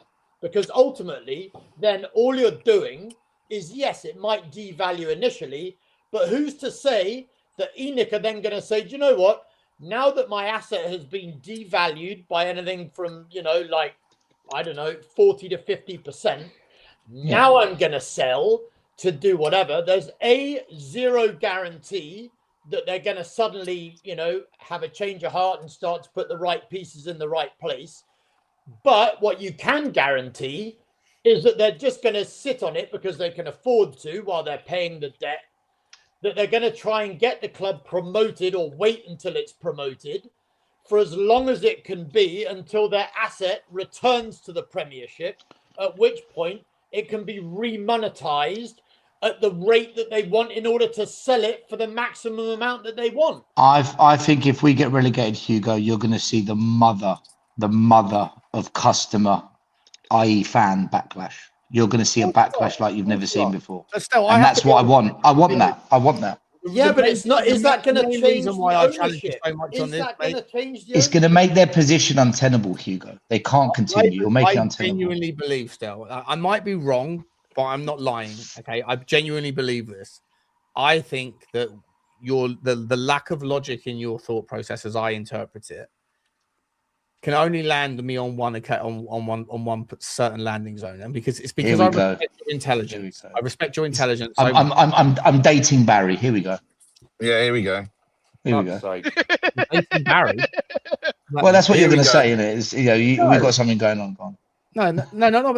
Barry's. I can't see Barry. So Barry's not. Barry's like. Barry's a married man. I went to his wedding. He's a married man. Stelios Tritios for me cares more about what is good for brand Stelios than what is good for brand Tottenham Hotspur. I don't have a fucking brand. What are you talking about? But can I just say one thing? And you can click. I've got a YouTube channel with 500 subsbriders. What kind of a brand am I about? No. Brand Stelios. Be careful. Be careful what you wish for. Because when you said things like, hang on, when you said things like the other day on the Spurs 5, you said, sure. I said, I think you came out about what's right for Stel more than what's right for Tottenham. You said, Sean, everyone's already ENIC out. Right? They are. Temporarily, they are. Temporarily. Right now, they are. Everyone right now is. But if we stay up and if we go again, loads of logic trains, loads of massive leaps of faith here. But if we stay up and if we go through a massive transformation and we get back to being 10th next season and 4th the season after, and we're back in the Champions League the year after that, all that stuff, all of a sudden ENIC out goes away again. So the ENIC out thing it's always a temporary status. It's always a temporary status. Which is why we're in this doom loop. It's why we're in the doom loop. But if we get relegated, that cements your 6-year position of ENIC out was right. I was right 6 years ago. That cements it. And when I pushed you on it and you said, I'm happy if Tottenham stay down for 1, 2 or 3 years, that is part of your being right. I think Stelios wants to be right more than what's right for Tottenham Hotspur. Sean, why would I want Spurs to be relegated? Because it's good news for Stelios. To get I don't have a brand, Sean. You've got 42,000 subscribers. Sean, you have 42,000 subscribers. I have 500. What brand have I got? 40,000 subscribers on Tottenham away or whatever you had. It's like that was 5 people together. The channel's gone right. Right now, I have no brand. Yes, you do. Okay. If you want to run with that, run with it. I was ENIC out because I was sick and tired of this ownership. And over the next 6 years, it has got worse and worse and worse. And we're now at a point where something has to give. Either we get relegated or we stay up. But if we stay up, they're going to have to get us back into that top 4 and challenging pretty soon. So something has to give. But to say I want relegation only because it validates my argument, mate, I don't run change for Tottenham. I'm not part of that group. So they're doing all that. It's got nothing to do with me. They validate it. You've got people on every YouTube channel. Ricky Sachs now, who was Poch out. He was Conte out. He was everyone out. He's now saying, do you know what? I got it all wrong. He's now saying, I'm going to the protest. He validates it. I don't need validation. Everyone's validated it. No, I don't. You're clutching on that. Sky Sports the other day. Did you hear what he said on Sky? On he blames the owners. He blames the owners. Mate, I thought temporarily. So what do I need validation for when he's saying it on Sky Sports? I don't need validation. I'm saying it cements your position as being right. Mate, cement what? It's right. People can see it's right. Everyone can see the ENIC of the problem. Right now they can. But if we stay up and if we rebuild in the summer and everything goes a little bit more our way in the next year or two and everything goes back again, you'll get back to the situation where 25 people will be protesting. Sean. You asked me a question. Let me finish the point. If you were to organize a protest right now, right this second, right now, there might be 1,000 people, 2,000 people. After the Nottingham Forest game, after the relegation, there'll be 10,000 people. So relegation cements the argument that ENIC, what are they good? Are they bad? It becomes they are clearly bad because we're in the championship and we haven't been there. Relegation. If we stay up, and then you never know what happens next season. If things turn around, then that argument becomes in flux again. And still, when I see you put your posts out on the Spurs 5 on the community section, when I see you do it on the Spurs Corner, when I see the text that you send in our WhatsApp group and all that stuff all day, every day, the vast majority of the narrative was I was right about this, and this, and this, and this. You were wrong about this, and this, and this, and this. Other people said this about this, and this. It's not so much about the football club. It's more about what the fans thought at certain points or what they said about certain things. Because I blame the fans for this, Sean. I blame the fans. Your offering is about, exactly, your narrative is about the fans. Therefore, there is an argument, I think is not disingenuous to suggest that it's about being right rather than what is right for Tottenham Hotspur. What is right for Tottenham is to have an ownership that cares about the club, that puts football first and actually justifies the investment in this £1 billion stadium. Defend why you built that stadium. What was that for? That's what I want, Sean. But we're getting everything but that. So for me, I don't need this validation. I don't need relegation, YouTube, nothing. I want this club to start behaving like it was supposed to be, how it was sold to us with this new ownership and that stadium build.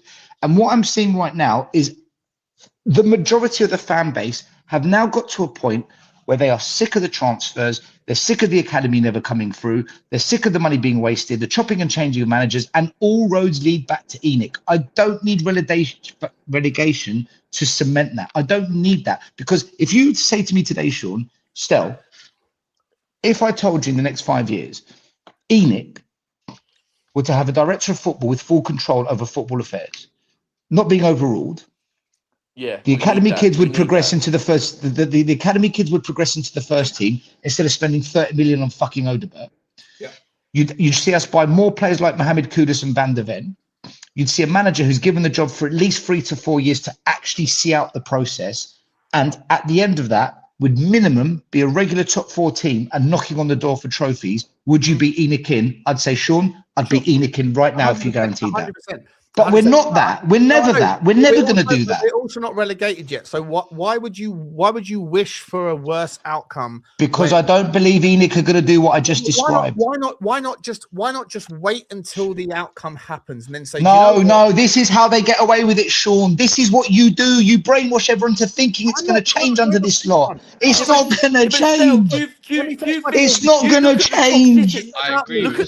It's not going to change, Sean. Hang on. My point is, Danny, help me, bro. Help me. I agree with Stel what you're saying. It ain't going to change until the outcome becomes it manifests either way, right? And if it manifests into relegation, then you go, do you know what? This might be the best thing that could happen to Tottenham because now they're going to be forced to do something. Basically, what hindsight, isn't it? But rooting for a negative outcome when the outcome this is negative now, Sean. This is negative. A more negative outcome. I get what rooting for a more negative outcome to me. It's been negative for 6 years. I think it shows your true colours, Stel. It's been negative for 6 years, man. What are you? You're in denial. But Stel, can I just say this? Negative as relegation, though, has it? Can I just guys, say this? Do you know what? Stelios wanting relegation. Stelios wanting relegation isn't causing the team to lose every week, by the way.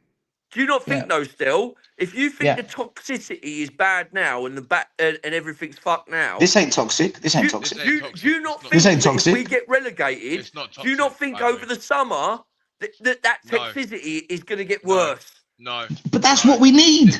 That's what we need. Stel. We need it to go toxic, man. We need it to go. Stel, this is the mushroom clouds. No, hold on. This is the worst the club has been in my lifetime. In a lot of people's lifetimes, right? Because we have never seen a club at this level with this financial power to be in a position where they're going to get relegated. And the fans don't care. They do not care. They do not care. So it's not going to get more toxic. Then no one in the stadium, no one's even singing Enoch out. No one. It's true. It's true. No one. No one. Why is it gonna get? Why are people thinking it's gonna get more toxic? This is already throw the tennis balls on the pitch. Yeah, that guy that called up and said that was absolutely out of his fucking mind. I mean, oh my god, that was shocking. My point is like, if you are rooting for the club to face a significantly worse situation, no matter what level of situation we're in.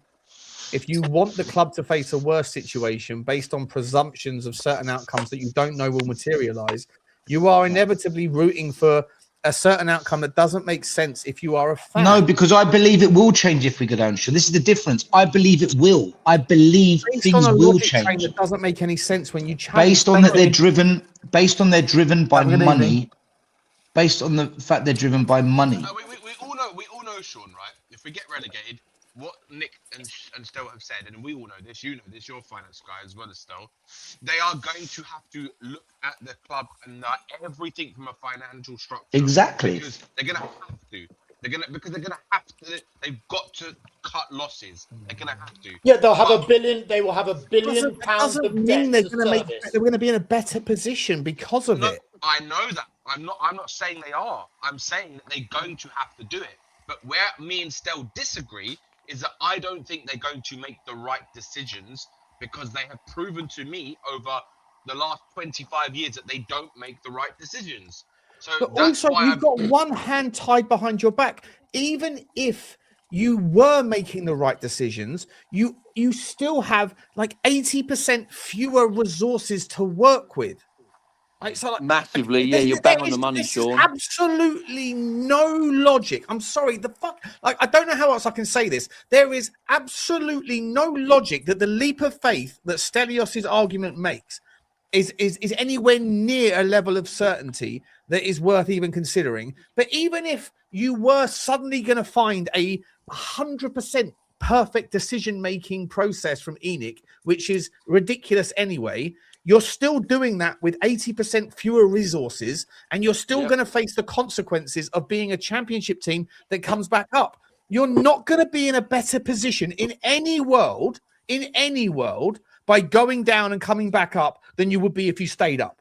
Like, it's just never going to happen. And there are no examples of teams that have done it, but there are plenty of teams that have gone down and that have fucked up. And I'm sure there were fans in those teams' fan bases that felt the same way that Stel does about their ownership at the time. And most of those teams either came up and then became the perennial up and down yo-yo teams. And a lot of them just fucked off and never came back ever again.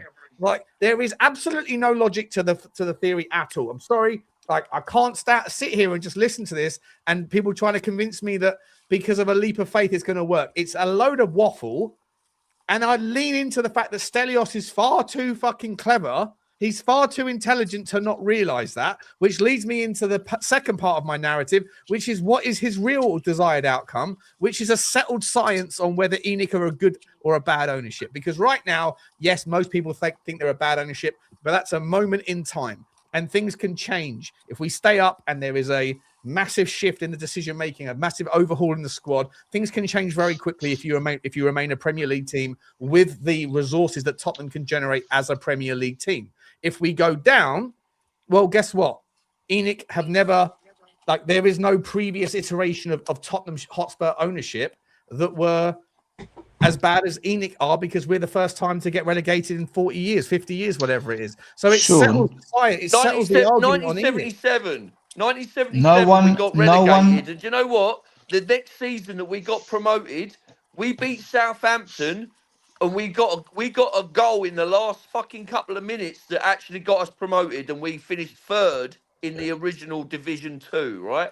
That was how we got up. Can you imagine if Manchester United got relegated last season? Well, there would probably be a couple of people in the Man United fan base that hate the Glazers so much to go, this will be the best thing that ever happened to Manchester United. Absolutely fell off a cliff.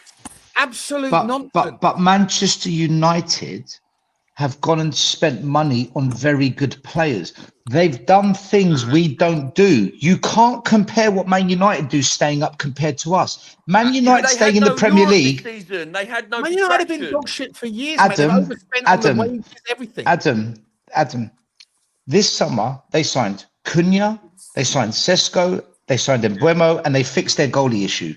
We never do shit like that. Yeah, I don't know. So let's not compare what Man United do staying up compared to us. If we stay up, nothing will change, and you lot are hoping again. This fan base just hopes, and hope has got us nowhere with ENIC in the last 6 years. It won't change. One thing will change, and it's Sean. I've lost audio. Let me come back in 1 minute. Let me come back in. I can still fucking hear him.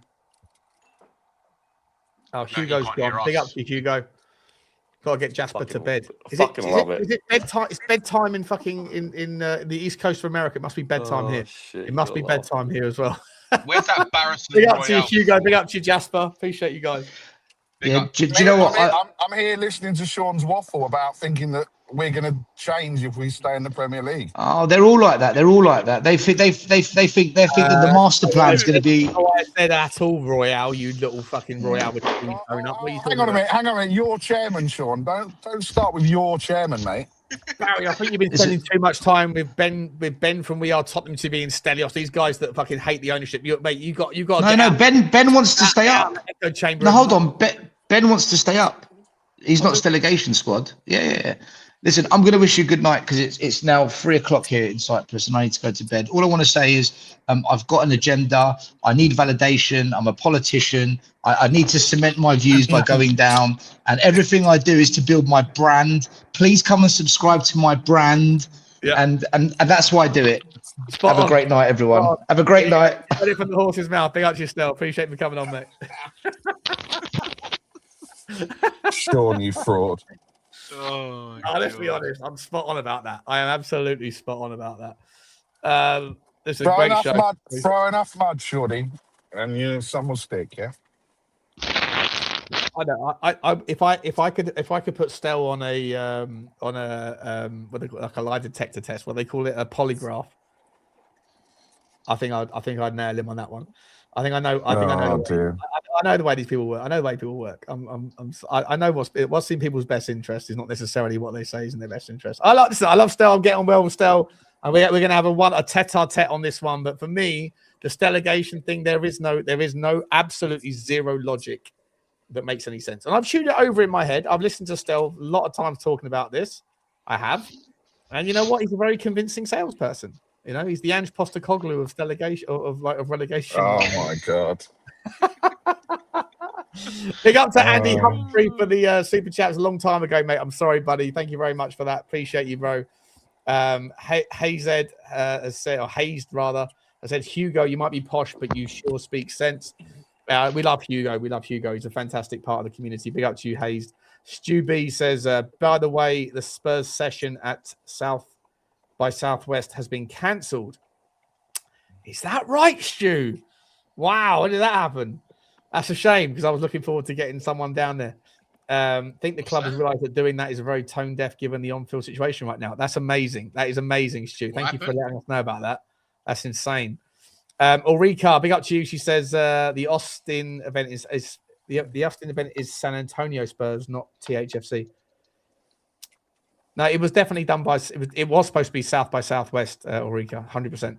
I saw it. It was the chief revenue or the chief sponsorship officer or whatever his name is that was doing it. But if it's cancelled, it's cancelled. Finn says only ENIC could turn a multi-billion valued events company to bankruptcy.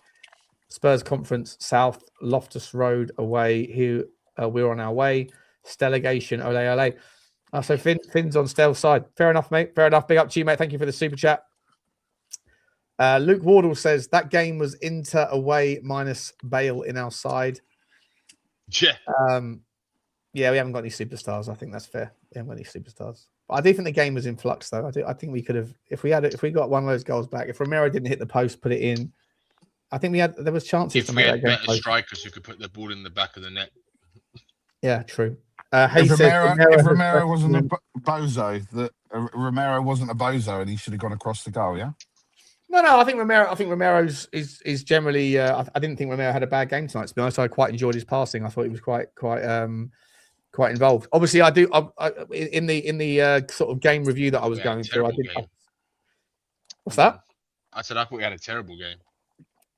His passing was pretty good. Yeah, but he's a defender, Sean. He didn't slip over, did he? Oh God, here we go. We didn't slip over. No, I'll tell you what though, Micky van der Ven should have been sent off. But, that's what I was about to say. Micky van der Ven slipped for the second goal and should have been sent off. So yeah, 100%. If I'm gonna throw mud any direction on the centre backs, it's gonna be that direction. Big up to you, Hayes. L'Apprentice is back again. Sean the Beyonce, the pitch from Tottenham Hotspurs has been cancelled. No kidding. So that's okay. So yeah, that's the thing at the South by Southwest. Wow, that's amazing. So what is it, Sean? What's been cancelled? Yeah. So there was so South by Southwest is a big festival that happens in Austin every March. I've been there before myself personally. It's amazing. They have like loads of business events down there. They have loads of like country music. It's just an awesome, absolutely awesome week. And the Tottenham, I forget the guy's name. He's not on the board, but he's like the chief commercial officer or something. But he's not a board director. Spurs. Yeah, at Spurs, he was going to. He had an event that was being held there, and the whole thing was about promoting how brilliant Tottenham Hotspur's cultural growth has been. The cultural brand growth has been, and it's been planned for a few months or whatever. So you wanted to get in there and no, I said to L'Apprentice earlier on in the show. I said, mate, if you live in Texas, any chance if you can drive a couple of hours, I'll pay for you to get a ticket. I'll buy your ticket for you if you do it, and if you get arrested, I'll pay for your bond or whatever. Can you come on and live stream the event and then heckle the geezer and go cultural fucking monster? There's no culture. The only culture here is toxic. You fucking you know. And I think the apprentice is going to do it, but apparently it's been cancelled. So it's a shame. Content's got content. Content's got content. Adam Scordrop, big up to you, Adam. Thanks for coming on, mate. He says, clip my beans on toast. Yeah, that was weird. Big up to you, mate. And Daniel Field says, beans on toast because why not? Big up to you. Listen, guys, I know you're not on your camera. Last 5 seconds, like 5 minutes before we go. Barry and Danny, you've been very quiet tonight because since you come on, I've been stuck into a drunken row with, I've been drunk with Stel. Of course you have. What? So Barry, you are on Stel's side, right? You think relegation is the cure?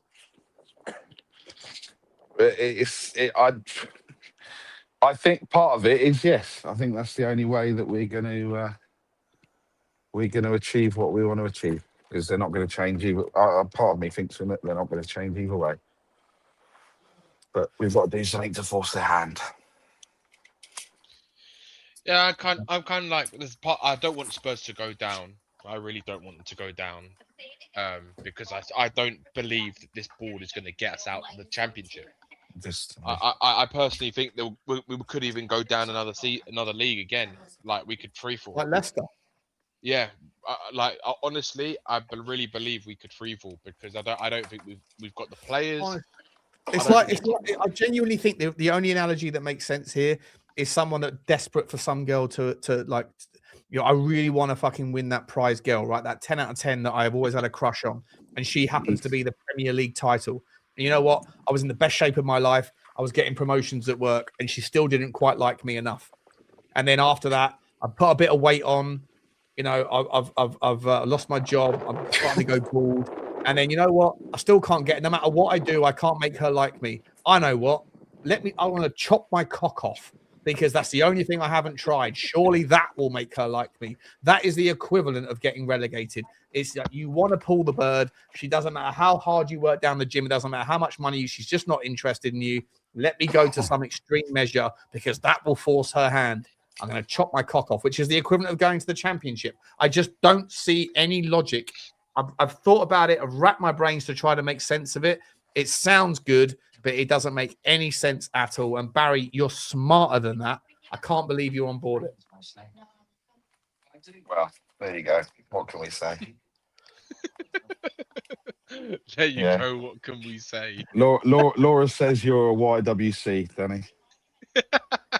What's a YWC? What does that mean? She's a can't tell you. YWC Can't tell you online, Sean. Live. Tell you after the stream. Yeah? Tell Laura I said hi, by the way. Oh, Sean says hi. 10K, yeah, it's a bit more than 10K now, but yeah. Here in the background, tell her to shut up. She's a cunt. Oh God, there goes the demonetization. Sorry. All right, guys, listen, it's 1 o'clock in the morning. It's 1:10. I'm drunk now. Stelios and Sean are going to be going live. What day is it today? It's Wednesday now. Stelios and Sean are going to be going live for a couple of hours, either tomorrow or Thursday or Friday. So we're going to get to the bottom of this. It's going to get spicy and wild. Danny Kiriakou, I want to take this moment to say massive thank you for all of your help with the AI stuff, mate. You're an absolute legend. No problem. You're a genius with that stuff. And Barrison, thanks for coming on. That's all right. I mean, I don't know what's going on in your life, mate. I haven't spoken to you for about 2 years, so hope you're okay. But yeah, good to see you. I guess. Well, good to hear from you at least. He's come out the hole. All right, guys. I love you all. Thanks, everyone. Thanks for the super chats. I'll see you tomorrow. I'll be live at midday. I think Sava's live at 10. I'll be live at midday. So go to Sava first, and I'll see you afterwards. See you at lunchtime, UK time. Tottenham probably out of the Champions League. More problems to diagnose tomorrow. Yep. Appreciate everyone. Like, subscribe, and comment. And as always, ciao, ciao. In a cow.